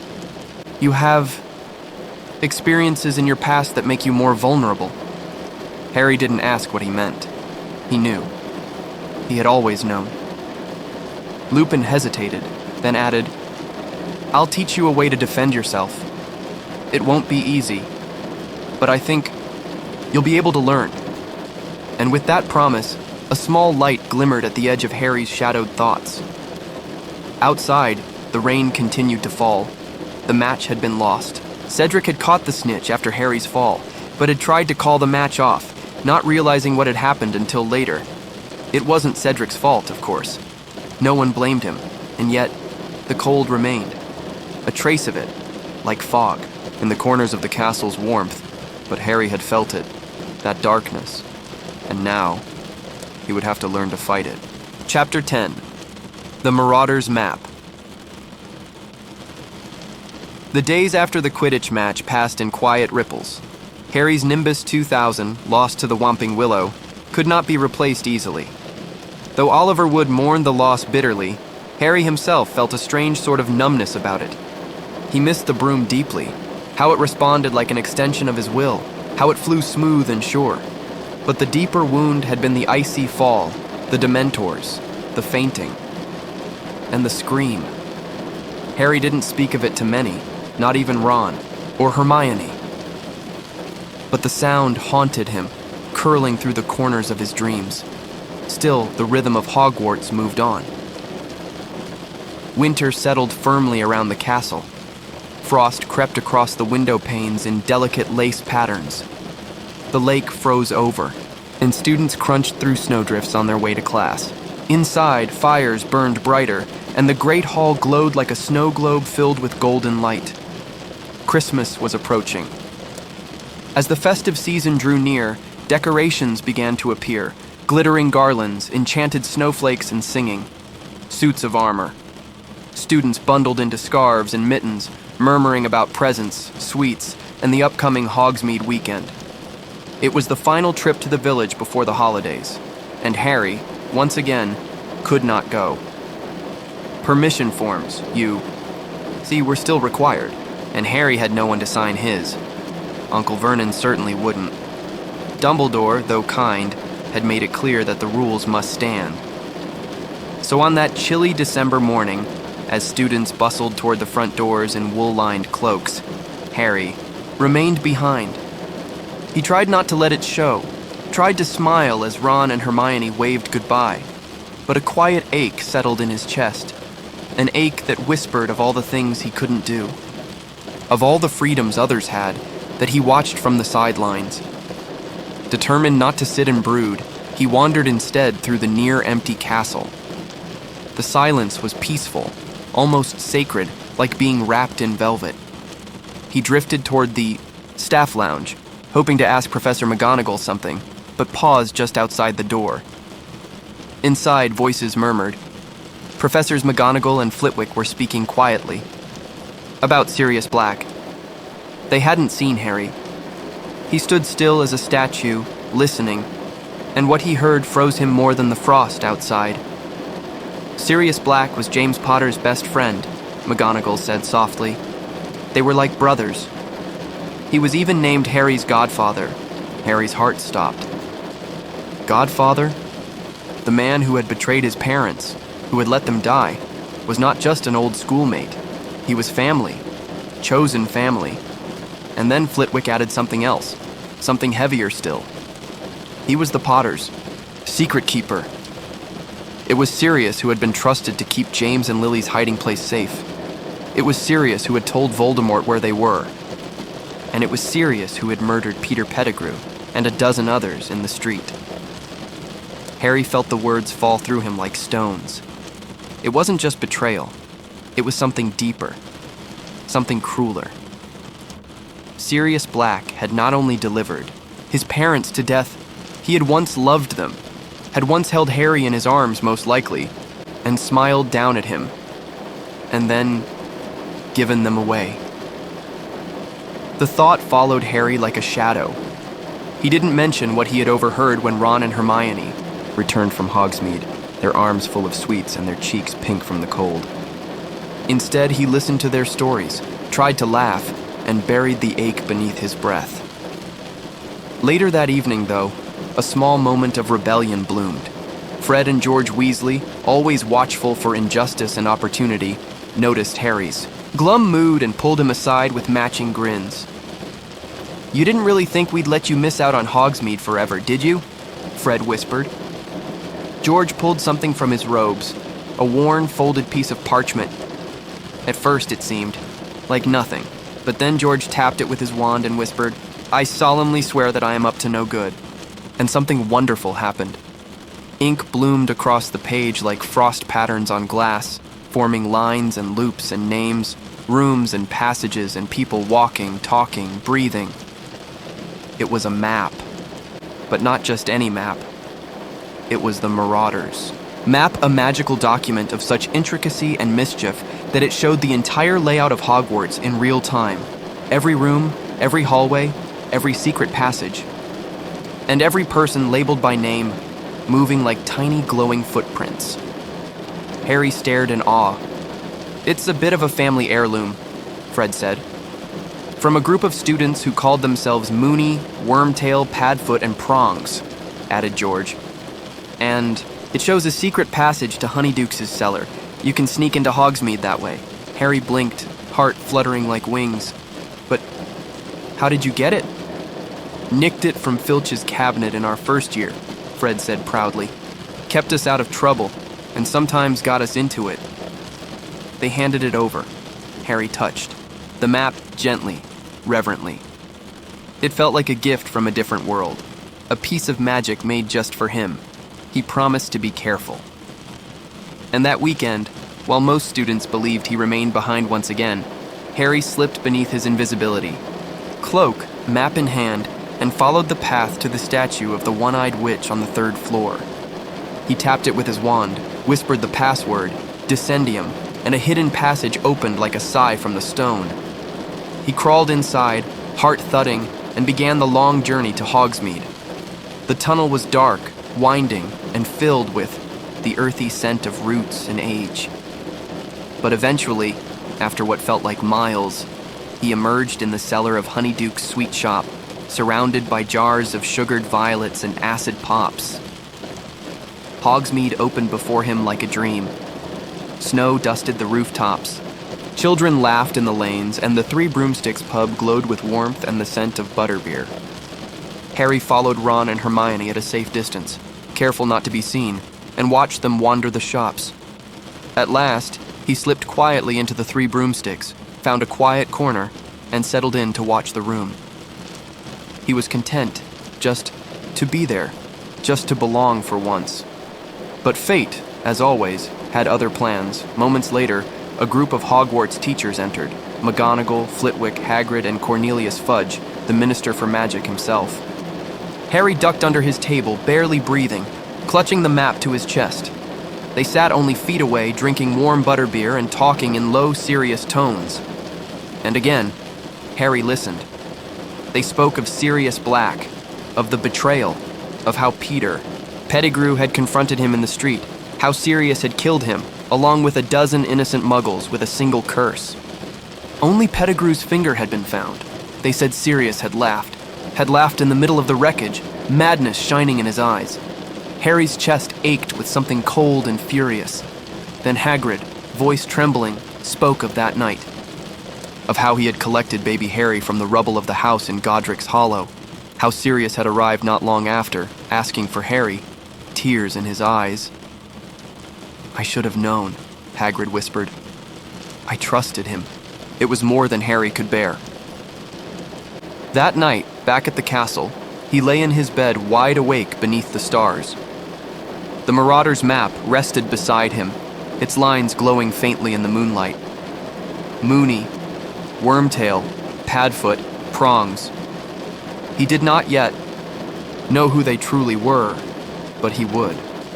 And somehow, through the ache and the grief, a resolve began to grow. Sirius Black had taken everything from him, but Harry was not powerless. Not anymore. Chapter 11. The Firebolt. Snow fell steadily over Hogwarts in the final days leading up to Christmas. It softened the world, blanketing the forbidden forest in white silence and turning the black lake into a still, frozen mirror. The castle seemed to breathe slower, its ancient stone warmed by the quiet presence of fewer students. Many had gone home for the holidays, leaving the corridors peaceful and still. Harry, Ron, and Hermione had stayed behind. And though the castle was quieter, it was not without company. Decorations hung from every archway, holly garlands, wreaths of ivy, and twinkling stars that shimmered as if dusted with moonlight. The suits of armor hummed carols in slightly off-key voices, and Hagrid was seen dragging enormous fir trees through the snow, muttering cheerfully under his breath. But even in the glow of the season, there were shadows in Harry's heart. He could not forget the voices he had overheard at the 3 broomsticks. The image of Sirius Black laughing among the wreckage still lingered in his thoughts, like frost that would not melt. And yet, alongside that heaviness, there now lived a strange, new determination. A quiet flame. Sirius Black had taken his family, but Harry would not let him take his peace. The days moved slowly, and the castle embraced its stillness. With fewer students, the common rooms became cozy havens. Fires snapped gently in the hearths, and the scent of hot chocolate and mince pies filled the air. Hermione was often found curled up in a window nook, surrounded by books and parchment, her brow furrowed in thought. Ron spent his time playing wizard chess or bemoaning the homework Snape had assigned over the break. Harry alternated between long walks through the snowy grounds, watching his breath rise in misty clouds, and quiet hours with the Marauder's map, tracing the footsteps of students and staff as they drifted about the castle. It was a peculiar sort of peace. And then came Christmas morning. Harry awoke to soft sunlight filtering through the frost-dusted windows and the gentle rustle of wrapping. Paper. A small pile of gifts sat at the foot of his bed as it always did, but this year, something was different. There was a package, large, long, and wrapped in brown paper, resting apart from the others. No tag, no note, only mystery. Ron sat up, blinking blearily, and stared at the package. "What's that?" he asked, rubbing his eyes. "I don't know," Harry murmured. They opened it together, and inside was magic, a broomstick. But not just any broomstick. It was the broomstick. The most advanced, most beautiful racing broom in the wizarding world. The Firebolt, It gleamed like starlight, sleek and finely balanced, its handle smooth and polished, its twigs perfectly clipped. Every line of it whispered speed and power, and yet somehow, it also seemed to hum with mystery. Harry couldn't stop staring, but Ron was nearly speechless. "Who would send you a firebolt?" he asked, eyes wide. Harry shook his head slowly. "I don't know. There was no note, no card, no name to suggest its source. Hermione, when she saw it, frowned almost immediately. Her eyes darkened with concern, and her voice trembled with worry. Harry, don't you think it's odd? I mean, a broom like this, just arriving with no explanation? What if it's dangerous?" Harry's joy wavered just a little, but Ron rolled his eyes. "It's a firebolt, Hermione, the best broom in the world. Why would anyone tamper with that?" Hermione's worry didn't fade, though. She stood with arms crossed, biting her lip. There was something in her silence that Harry had learned to pay attention to, even when he didn't want to. The rest of the day unfolded gently, with warm meals and cheerful conversation in the Great Hall, where Dumbledore wore a bright green wizard's hat that blinked with tiny lights, and Hagrid roared with laughter at enchanted crackers that released singing pixies. But by evening, the peace had shifted. Hermione had gone to Professor McGonagall. She had told her about the broom. And as the sun began to set behind the snowy mountains, Professor McGonagall arrived in the Gryffindor common room with firm but gentle words. "I'm sorry, Potter," she said, taking the firebolt into her care. "But we must have it examined. There's no telling what enchantments may have been placed on it." Harry's heart sank. Ron was furious, but Hermione sat silently, eyes cast downward, shoulders heavy. She had done what she believed was right, even if it hurt her friends. Harry didn't speak to her that night, but even through the quiet tension, the season lingered gently. Snowflakes drifted like feathers outside the windows, and the fire whispered stories to the dark. The Marauder's map remained safely tucked beneath Harry's pillow, and the image of the firebolt, its gleam, its promise, remained in his mind like a dream just out of reach. A strange gift, a mysterious gift, and though it had been taken from him for now, Harry could feel that it was only the beginning of something more, something faster, something braver, something that would soon carry him forward through winds he could not yet see. Chapter 12. The Patronus. The new term began with a crisp stillness in the air. Snow still lay deep on the ground, and students returned to Hogwarts wrapped in scarves and chatter, trailing laughter and stories of their holiday adventures. But for Harry, the holiday had ended with a heavy heart. The firebolt, his beautiful, mysterious Christmas gift, had been taken for inspection, locked away by Professor McGonagall after Hermione voiced her concerns. A broom that had shimmered with possibility, now out of reach. Ron had been cold to Hermione ever since. Harry, too, hadn't quite found the words to forgive her. And Hermione, quiet and proud, bore it all silently. January days passed slowly. Lessons resumed, and so did the gray routine of homework, frozen fingertips, and winds that howled against the castle walls. But something new was stirring beneath it all, something quiet and powerful. It began when Professor Lupin returned. He looked pale and tired, though his eyes still held that soft, steady kindness. After his absence during the last full moon, he resumed his post as though no time had passed, and with him came something Harry had long awaited.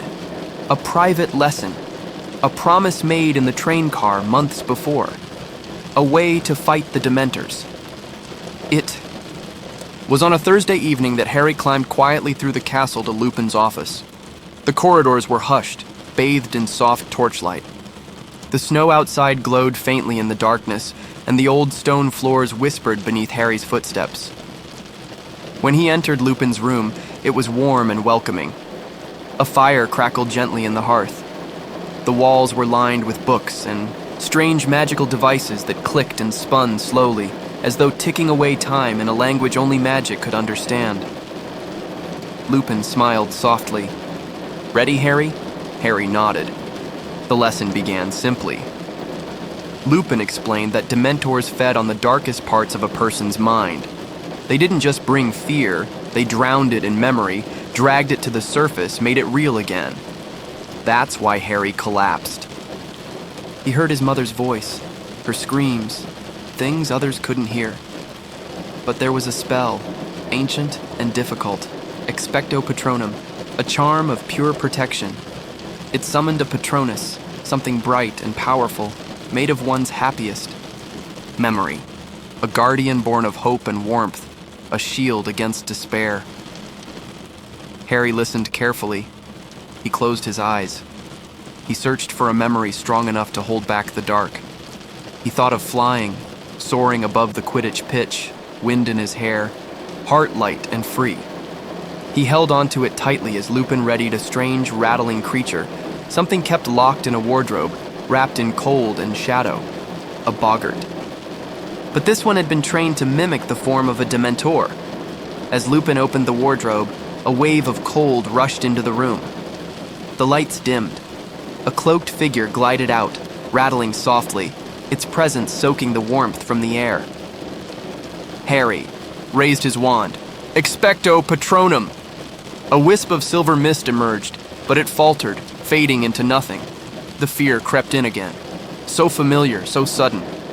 He felt it, icy and sharp. Lupin stepped in quickly and shut the wardrobe. Harry panted, his breath fogging the air. He felt dizzy, weak, ashamed. But Lupin placed a hand on his shoulder. You did well. You produced a bit of the Patronus. That's more than most wizards your age can manage. They tried again, and again. Each time Harry reached deeper, he summoned a stronger memory. His first time on a broomstick, the day he learned he was a wizard. Hagrid's enormous arms wrapping him in his first real hug. Each attempt brought a little more silver, a little more shape, but never quite a full form. Still, Lupin was patient, encouraging. Magic like this, he said, comes from within, not from wand work, not from theory, but from something rooted in who you are. By the end of the evening, Harry was exhausted, but something in him felt steadier. A quiet strength had begun to bloom. Outside their lessons, life at Hogwarts moved on. Ron still refused to speak to Hermione, who busied herself in the library, often accompanied by the ever-watchful Crookshanks. Tension lingered between the three of them, like a cloud that wouldn't quite drift away. Meanwhile, Harry's broom remained locked in Professor McGonagall's office. And though the sky stayed pale and snow-heavy, there was a slow turning in the air, as if the season itself sensed a change coming. In their second session, Lupin brought chocolate again, warm and rich, and told Harry that the key to the Patronus wasn't just the memory, it was the feeling behind it. Not just a thought, but a force, a flicker of joy that could pierce the shadows.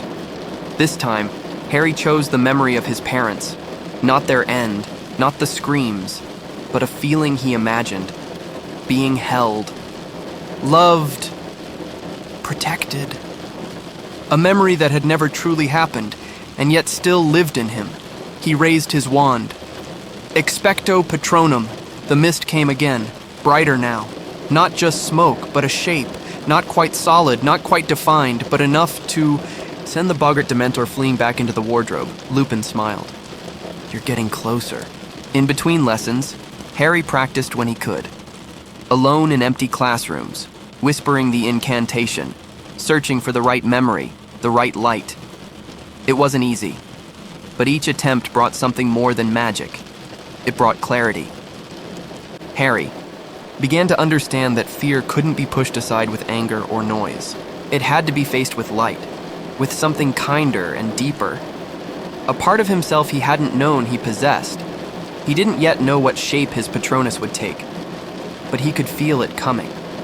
Something bright, something fierce.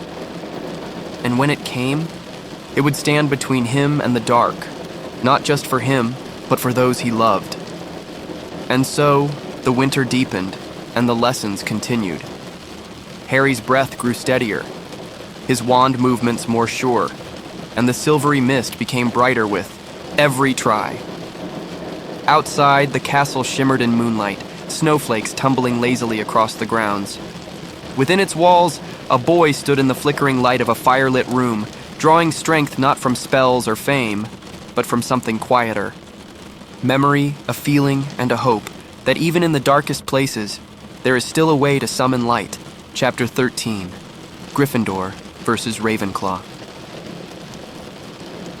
The chill of winter was softening at last, though frost still clung to the edges of windows, and the breeze still carried the occasional bite. The castle no longer felt quite so silent.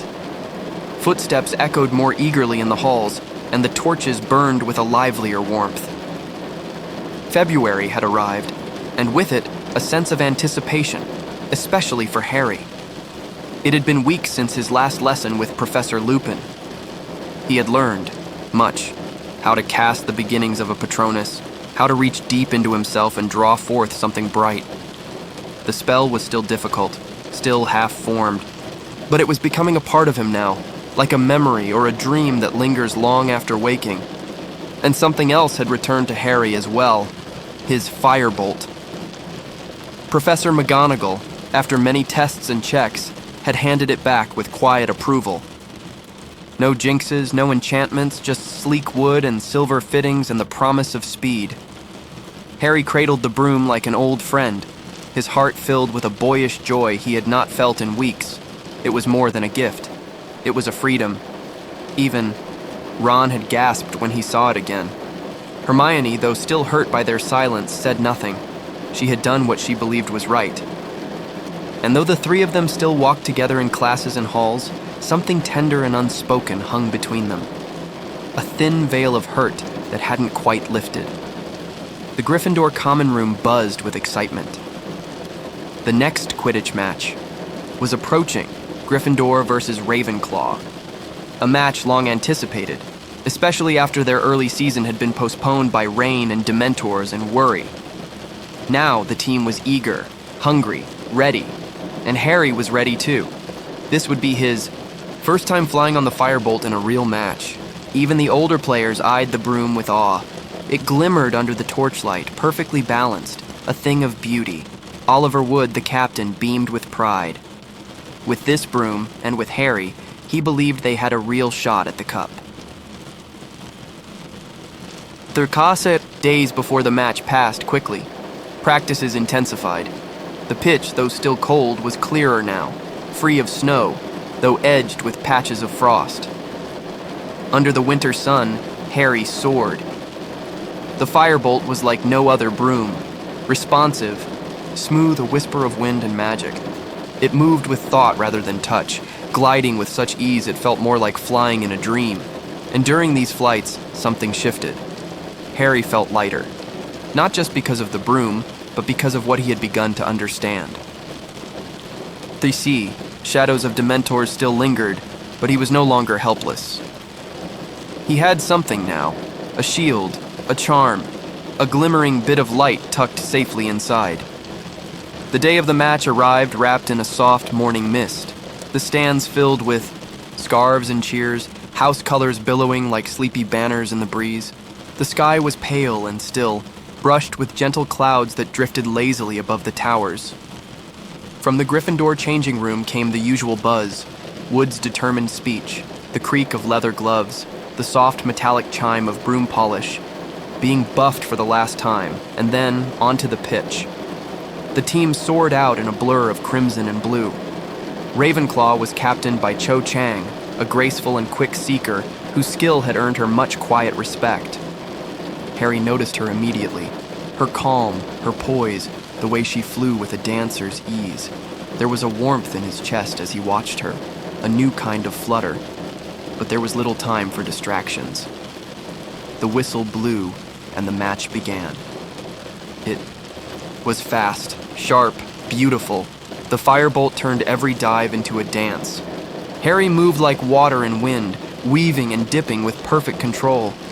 The Ravenclaw chasers played hard, scoring early, but Gryffindor matched them point for point, red and blue streaks blurring across the field. The crowd roared, even Professor Trelawney, peering dreamily from the stands, seemed momentarily awake with awe. Harry flew higher. The snitch had appeared once already, a glimmering dot of gold darting through the light. but Cho had seen it too. She flew beside him, smiling shyly, keeping pace. And in that moment, high above the pitch, two seekers flew not as rivals, but as equals, two figures dancing through clouds suspended in sunlight. Then, with a sudden burst of wind, the snitch darted, again, and Harry followed. The firebolt responded like thought. He leaned, and it moved. He blinked, and the world narrowed. The crowd became a whisper, the cold forgotten. Ahead, the golden glint shimmered and twisted, and then, his hand closed around it. The match was over. Gryffindor had won.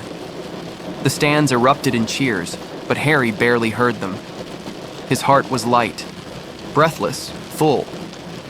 Back on the ground, teammates lifted him onto their shoulders. Wood looked ready to cry. Even Ron was beaming, his grin wide and bright. And from the edge of the field, Cho gave a small wave. Harry waved back, the flutter in his chest returning like the wings of some invisible bird. That night, the common room glowed with celebration. Butterbeer bottles clinked. Fred and George told jokes, Seamus led a song, and even Percy smiled. The fire crackled cheerily, painting golden light across the walls. For a while, all worries were forgotten.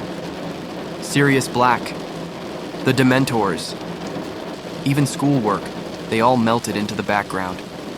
Harry sat with Ron and Hermione, their silences slowly mending. Ron nudged her gently. "Still think it was jinxed?" he asked of the broom, a teasing glint in his eye. Hermione smiled faintly. "Maybe I was wrong." And in that small exchange, something softened. A tiny bridge rebuilt. A thread of their friendship tugged quietly back into place. Outside, the sky turned dark, stars pricking the heavens like tiny lanterns. And inside, laughter echoed. Harry fell asleep that night with the snitch still glinting in his mind. Not just for the win, but for the feeling, the rush, the freedom, the joy. In that moment, with friends nearby and fears at bay, he felt something rare. Peace. The kind of peace that doesn't come from silence, but from knowing you're exactly where you're meant to be, high above the ground, among the stars, and in the heart of the story still gently unfolding. Chapter 14, Snape's Grudge. The warmth of Gryffindor's Quidditch victory still lingered in the air, like embers glowing faintly after the fire's end. Laughter had filled the common room. Celebration had spilled over into the next. Morning, with sleepy smiles and satisfied yawns drifting through breakfast. Harry had never flown better. The firebolt had carried him not only to victory, but into a feeling of wholeness, of connection to the skies and to himself. But as is often the way in stories, light soon makes way for shadow. And the shadow, in this case, came in the familiar, disapproving shape of Professor Severus Snape. It began quietly, a question here, a comment there. Snape had never been one to hide his disdain for Harry, of course. But lately his interest had grown sharper, more focused, like a hawk watching from a high place, waiting for movement in the grass. Harry felt it in every potions lesson, the way Snape's eyes followed him, the way points were taken, seemingly at random, and most of all, the way Snape watched the firebolt. He had seen it now, gleaming and sleek, resting beside Harry at practice, or propped casually on the wall in the common room. The gift, once taken by McGonagall for inspection, had passed all tests. It was safe, uncursed, perfectly ordinary, except in its quality. But Snape remained unconvinced. He spoke of danger, of foolishness, of reckless trust in objects sent anonymously. And though Harry said nothing, he felt the weight of those words. They were not just about the broom, they were about him. Soon after, something curious occurred. Harry was summoned, not to McGonagall nor to Dumbledore, but to Professor Lupin. The Cole. Defense Against the Dark Arts office was a small, thoughtful space, warm, cluttered with books, and filled with the faint scent of worn parchment and wood polish. The fire crackled softly in the hearth. Lupin greeted Harry gently. He looked tired, as he often did, his robe slightly frayed, his hands clasped loosely before him. But there was kindness in his voice, and something else too. a quiet protectiveness. He asked about the Firebolt, not with suspicion, but with curiosity. Harry, surprised, told him the truth, that it had come on Christmas morning, anonymously, that it had been taken for inspection, that it was now his again, Lupin's. Brow furrowed slightly. You don't know who sent it? Harry shook his head, but in Lupin's pause, something unspoken seemed to pass. A thought, perhaps, that flickered through his mind like a page turning in an unseen book. He said nothing more on the matter.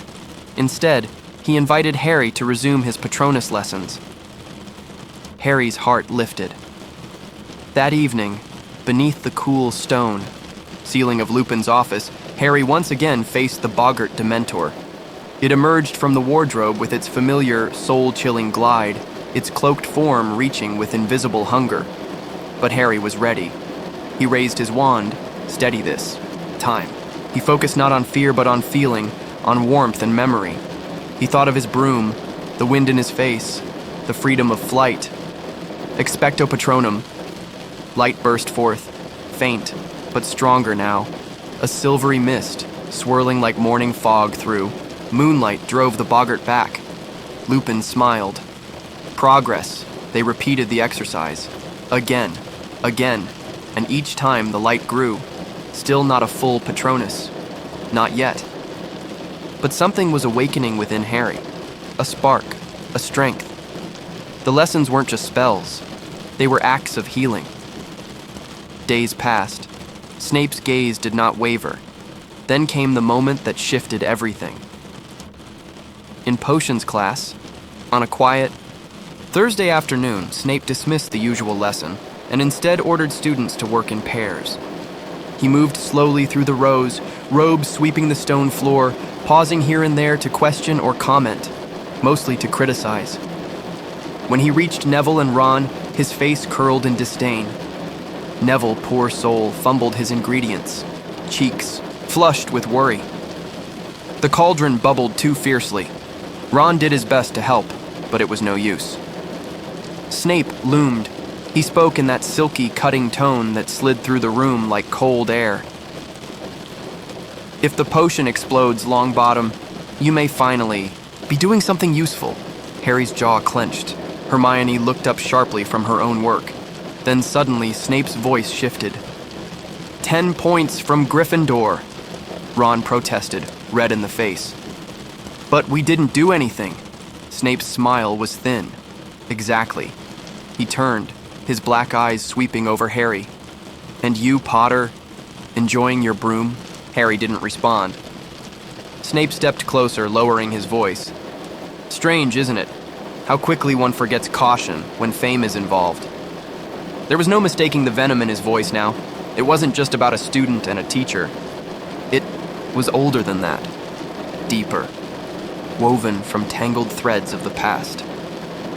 Later that week, Harry's map, the Marauder's map, offered a bit of unexpected wonder.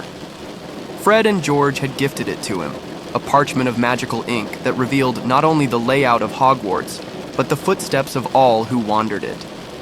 It became a quiet companion to Harry, a guide, a comfort.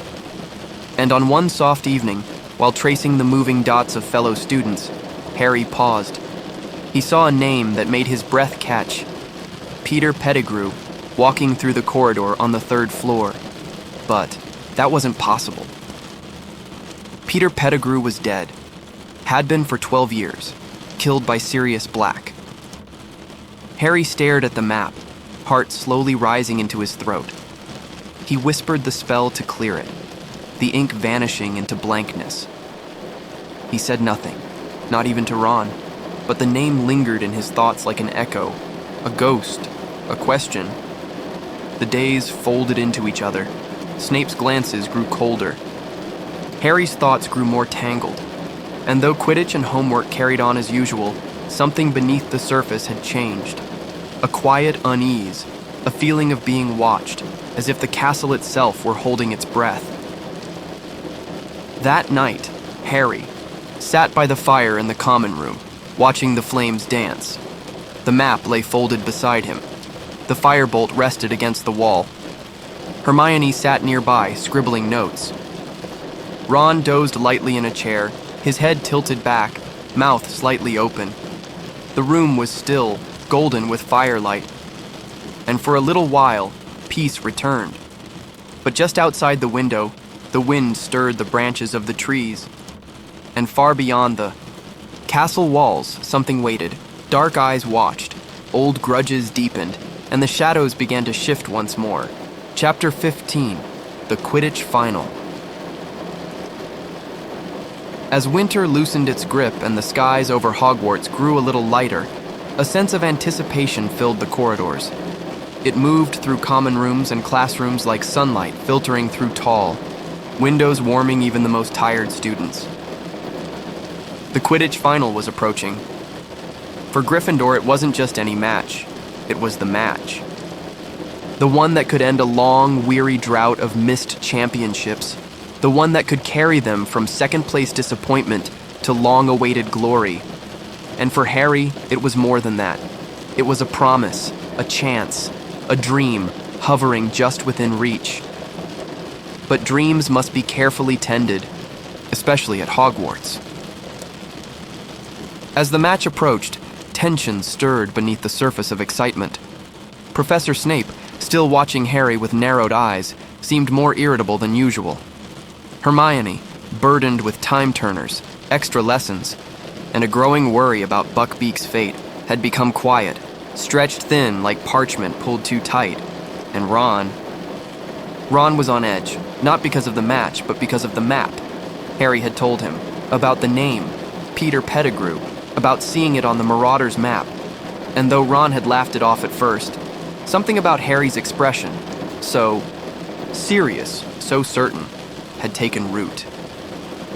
The three friends, so often bound together by shared discovery, now found themselves gently fraying at the edges. Still, the match loomed. The morning of the final arrived beneath a wide, pale sky. The stands were packed, scarves fluttering, voices murmuring, anticipation thick as fog. Gryffindor against Slytherin, a clash of old rivalries, sharpened by years of fierce competition. Harry stood with his team, Firebolt in hand, heart steady.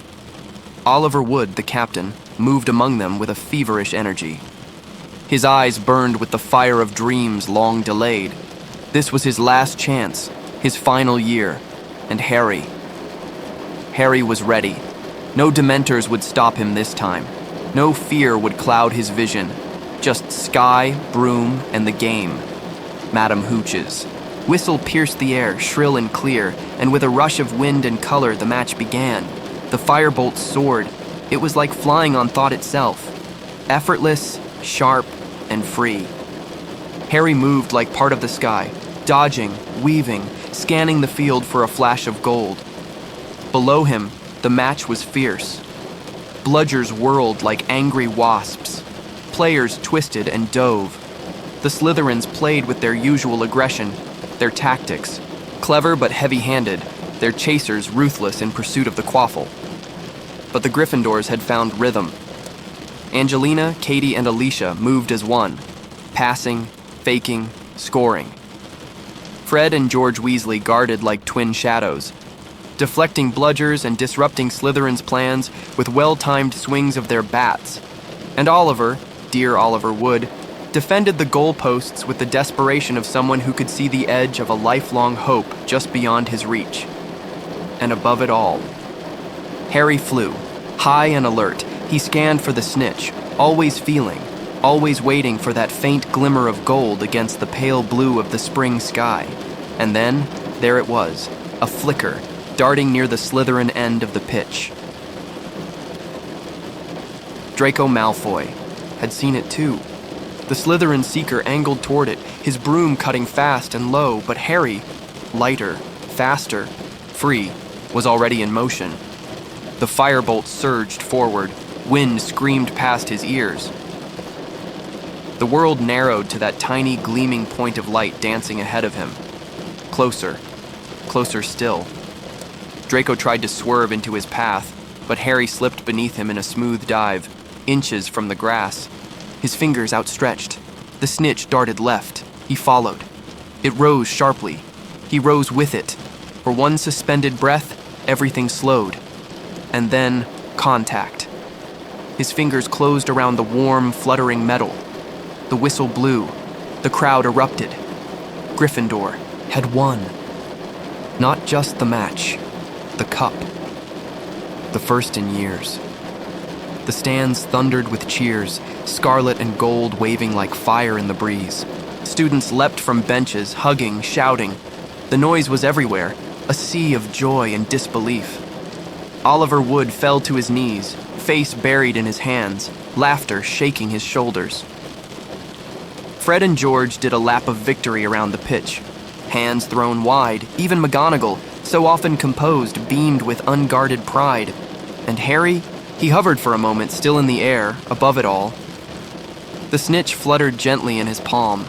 The wind brushed his cheeks, and for just a second, he felt perfectly still, perfectly right, as if he had been meant for this sky, this moment, all along.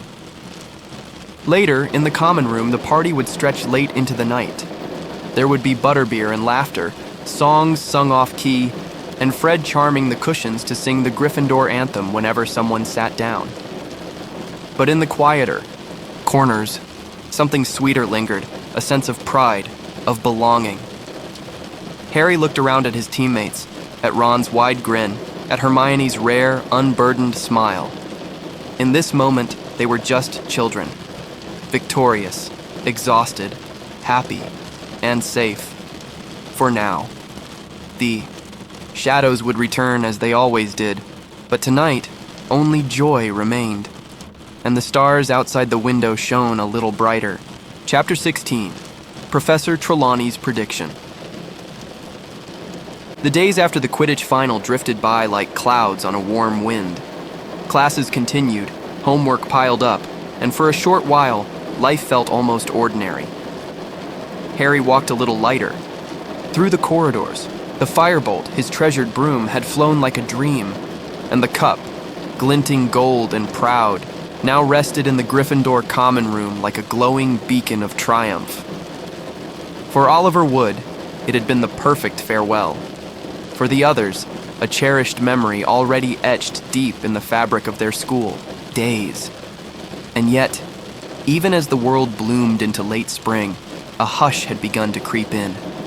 Not in loud alarms or sudden dangers, but in subtler things. The way shadows lengthened earlier than they should. The stillness of the forbidden forest, too, quiet for comfort.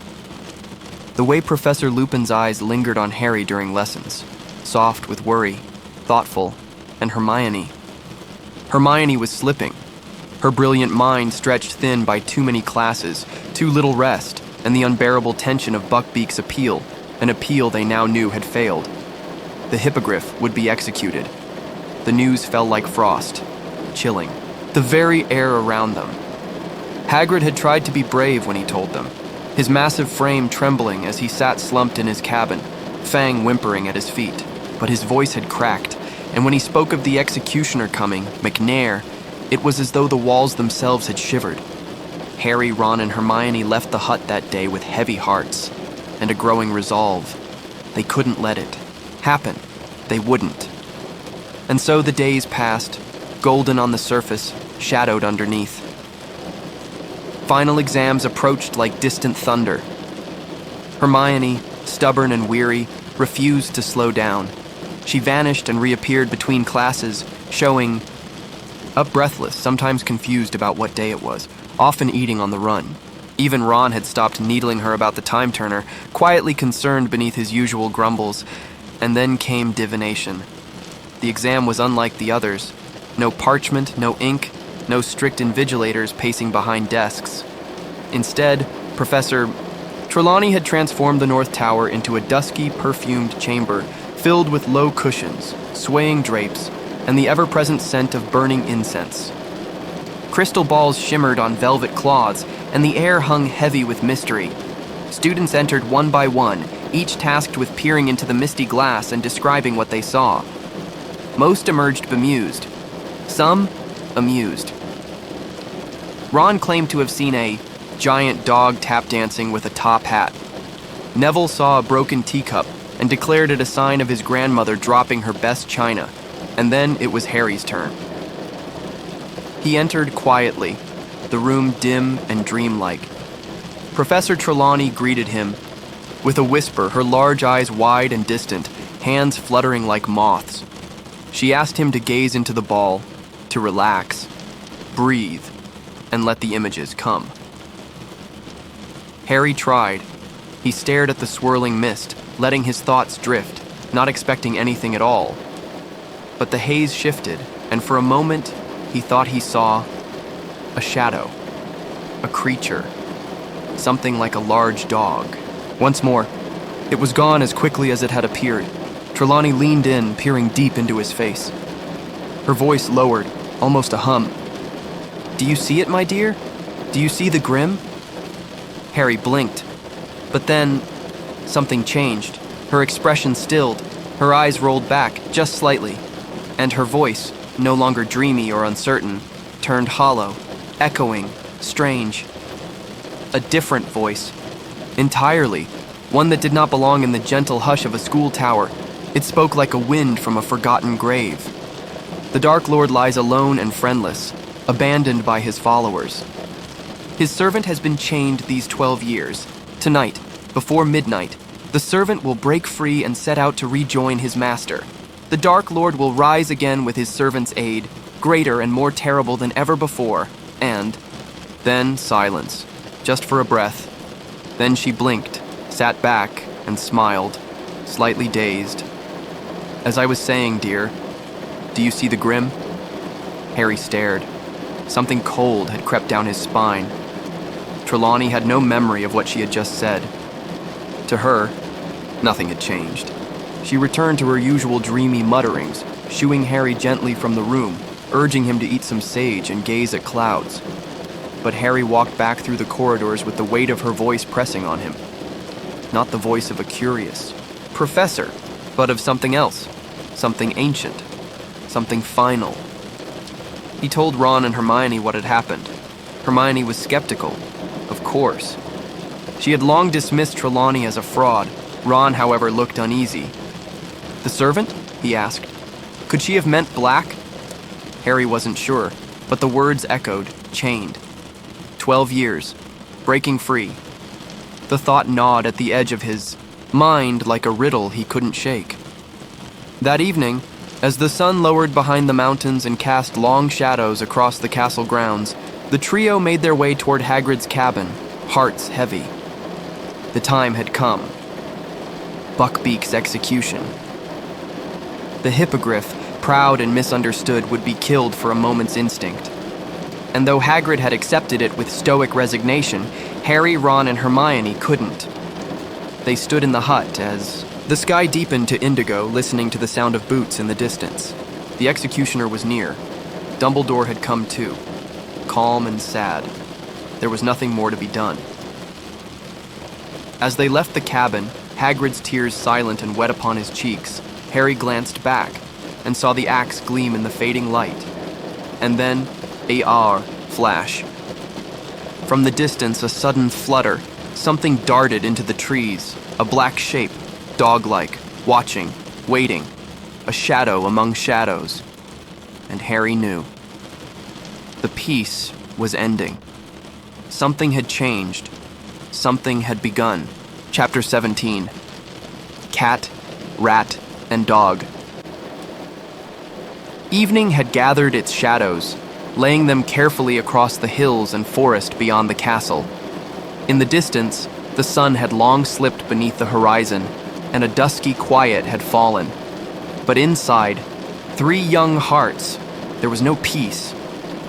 Harry, Ron, and Hermione had left Hagrid's hut under the weight of loss.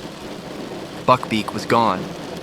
The swing of the axe still rang in Harry's ears, though he hadn't seen the blow land. He'd heard it, clean and final. And yet, something strange. A flicker in the dark, a black dog darting into the forest's edge, and then something more immediate, Scabbers. Ron's rat, long missing, had suddenly returned, trembling and thin, eyes wild with fear. Ron had barely pocketed the shaking creature when it happened. A low growl, then a blur. That same great black dog, a monstrous thing, charged from the shadows. Before they could react, it leapt, sinking its teeth into Ron's sleeve and dragging him, screaming across the grass. Harry and Hermione gave chase, heart pounding, feet slipping in the grass as Ron was pulled toward a massive, gnarled tree. The Whomping Willow. It loomed. Above them, ancient and twisted, its branches still and waiting.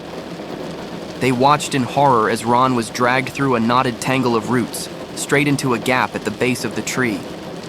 Then he vanished. Harry didn't hesitate. He rushed forward, but the willow came to life. Its branches whipped and lashed, cracking the air like thunder. One caught Harry on the arm. Another grazed Hermione's shoulder. They backed away, dizzy, breathless, and then a flash of fur. Crookshanks. Hermione's cat, golden-eyed and fearless, trotted calmly toward the tree and pressed its paw against a certain knot on the bark. Just like that, the willow stilled. The branches ceased their flailing, resting once more like weary limbs. Harry stared. Crookshanks turned and disappeared into the opening. There was no time to think. He and Hermione followed, slipping through the tree's roots and into the earth beneath. A tunnel stretched out before them, long, narrow, and musky with age. They crept along in silence, guided only by instinct and fear. The ground was uneven. The air grew colder, and at the end of it all, a trapdoor. They pushed it open into dust and silence. The room above them was still, abandoned, and dimly lit by the soft glow of a moon filtering through cracked shutters. The Shrieking Shack. It had been whispered about for years, cursed, haunted, avoided. Now they were inside it. Each step creaked as they climbed the stairs, and there, on the landing, they found Ron, cradling his broken leg, pale and sweating, but alive. He looked up at them with wide, frightened eyes. "He's... the dog," he whispered hoarsely. "He's an animagus. It's not just a dog, it's him, Sirius Black." And there, in the doorway behind them, shadowed, gaunt, wild-eyed, stood the man who had haunted Harry's nightmares, Sirius Black. He looked nothing like the wanted posters. His face was thin and sharp, starved by time, his eyes sunken with something deeper than hunger, something like pain, and yet, in those eyes, something else. Recognition, longing, a kind of heartbreak. Harry moved before he even thought. His wand was out, trembling with rage and confusion.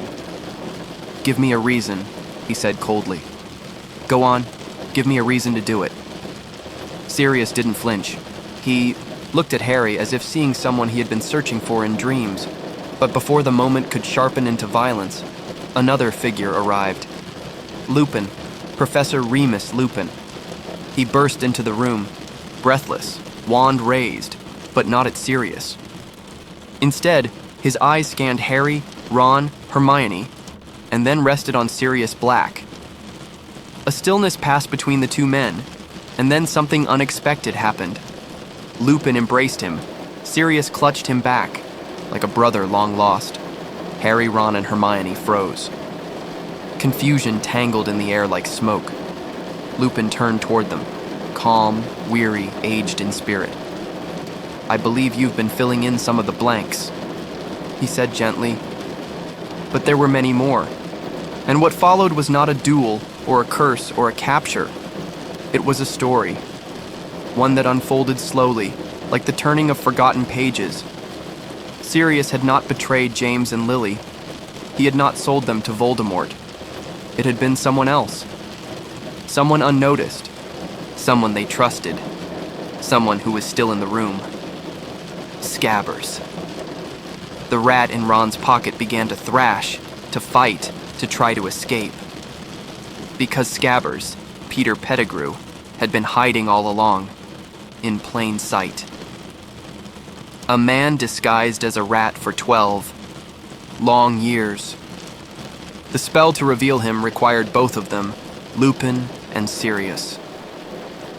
Reluctantly, fearfully, Ron released his pet, a flicker of movement, a transformation. And there, where the rat had been, now stood a trembling man with thinning hair and darting eyes. Peter Pettigrew, the secret keeper who had betrayed the Potters, the one who had framed Sirius Black, the servant from Trelawney's prophecy. Harry could scarcely breathe. The truth was staggering. Sirius had been innocent, imprisoned in Azkaban for 12 years, for a crime he had not committed. And Peter, his old friend, had watched it all from the safety of a child's bedroom. A coward. A traitor. Lupin and Sirius stood tall, now fury in their veins. They wanted justice. But Harry stopped them. He stood between them and Peter, not to save Pettigrew, but to stop another murder. "My dad wouldn't have wanted it," he whispered. "He wouldn't have wanted you to become killers." And so, they bound Pettigrew with magic, silent and final. They would take him to the castle. The truth would come out. Sirius would be free. Hope stirred in Harry's heart for the first time in days. A godfather, a family, something real, at last. But the night was not yet over. The air was changing, the moon rising, and something else was coming. Something wild, something dangerous. But that, dear dreamer, we will leave for the next breath. For now, the truth has emerged, as softly as moonlight on still water. Let your thoughts drift gently across these quiet revelations. A rat revealed, a friend betrayed, and the first fragile whisper of belonging. Chapter 18, Moony, Wormtail, Padfoot, and Prongs. The shrieking shack, still and shadowed, held its breath around them as Sirius, Lupin, Harry, Ron, and Hermione gathered close. The moonlight spilled through the cracked windows, painting silver lines across the worn floorboards, and the night outside seemed to listen. It was time to speak. Professor Lupin began, his voice gentle, like a soft breeze stirring leaves. He spoke of days long past, of a friendship forged in youth, laughter, and secrets. 4 boys at Hogwarts, bound by magic and mischief. They called themselves by curious names. Moony, the boy who bore the curse of the werewolf, Remus Lupin. Wormtail, the quiet one, Peter Pettigrew.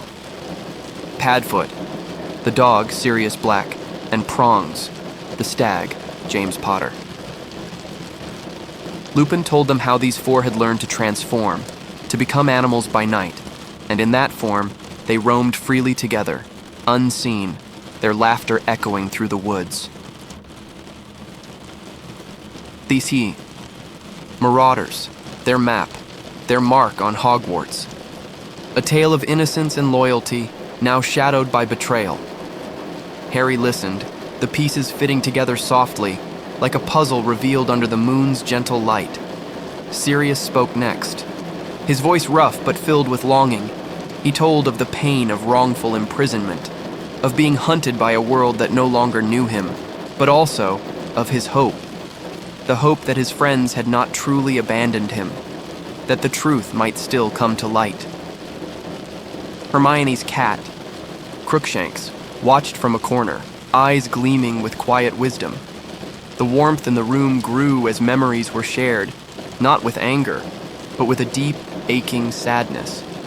They spoke of trust broken by fear, of a friend who had hidden in shadows, not out of courage, but cowardice. Peter Pettigrew, once close, now revealed as the dark thread that had unraveled their lives.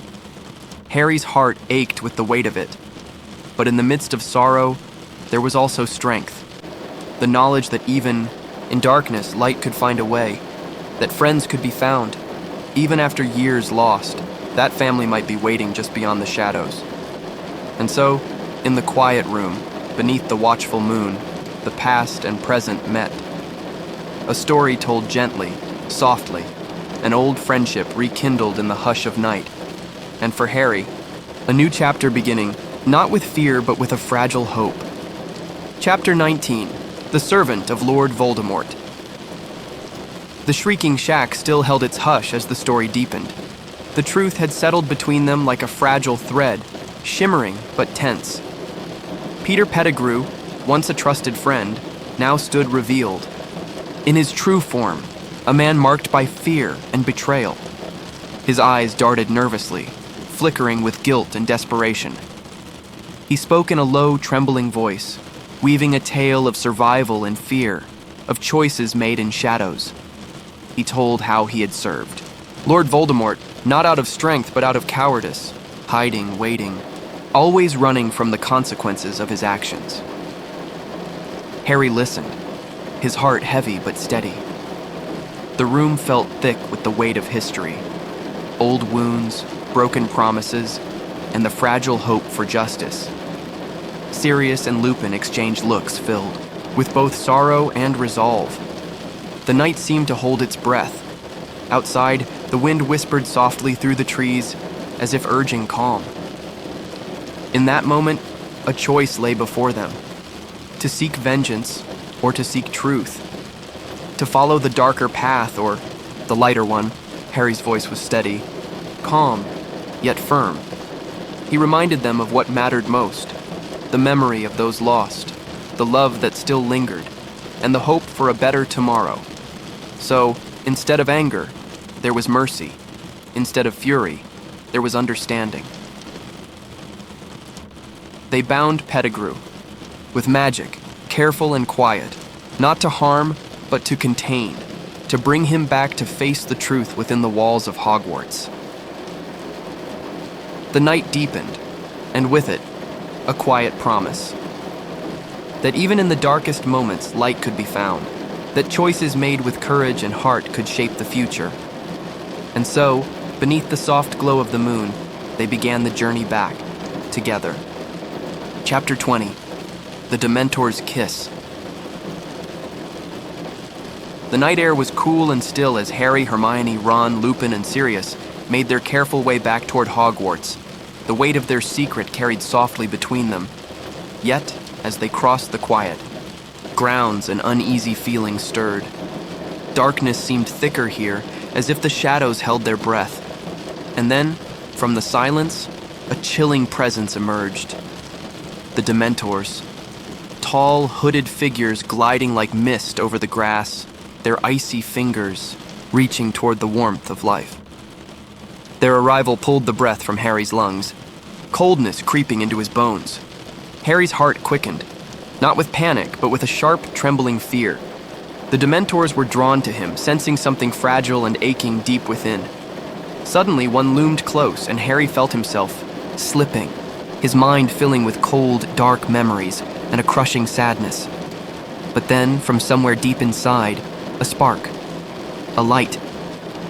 Harry summoned the Patronus, a shining silver stag that burst forth in a gentle, glowing blaze. It pushed back the cold, creating a circle of warmth and safety. The Dementors recoiled, retreating into the darkness. But the danger was not over. A second Dementor advanced toward Sirius, its chilling presence threatening to steal his very soul. Without hesitation, Lupin stepped forward, fierce and steady. His own Patronus, a glowing wolf, leapt into the night, chasing the darkness away. But in the struggle, something heartbreaking happened. The Dementor, desperate and cruel, sought to give Sirius its dreaded kiss. A fate worse than death, a stealing of the soul. Time seemed to slow, but before the kiss could fall, a sudden flash. Harry moved swiftly, his heart filled with hope and courage. Together, they fought the shadows. The air hummed with magic and determination, and in the end, the darkness was held at bay. The group stood together, breathless but unbroken, the night's chill fading with the first whispers of dawn. Harry felt a quiet strength settle over him, for even when fear loomed close, light could shine brighter, and sometimes help comes just in time, like a friend's hand reaching through the dark. Chapter 21, Hermione's Secret.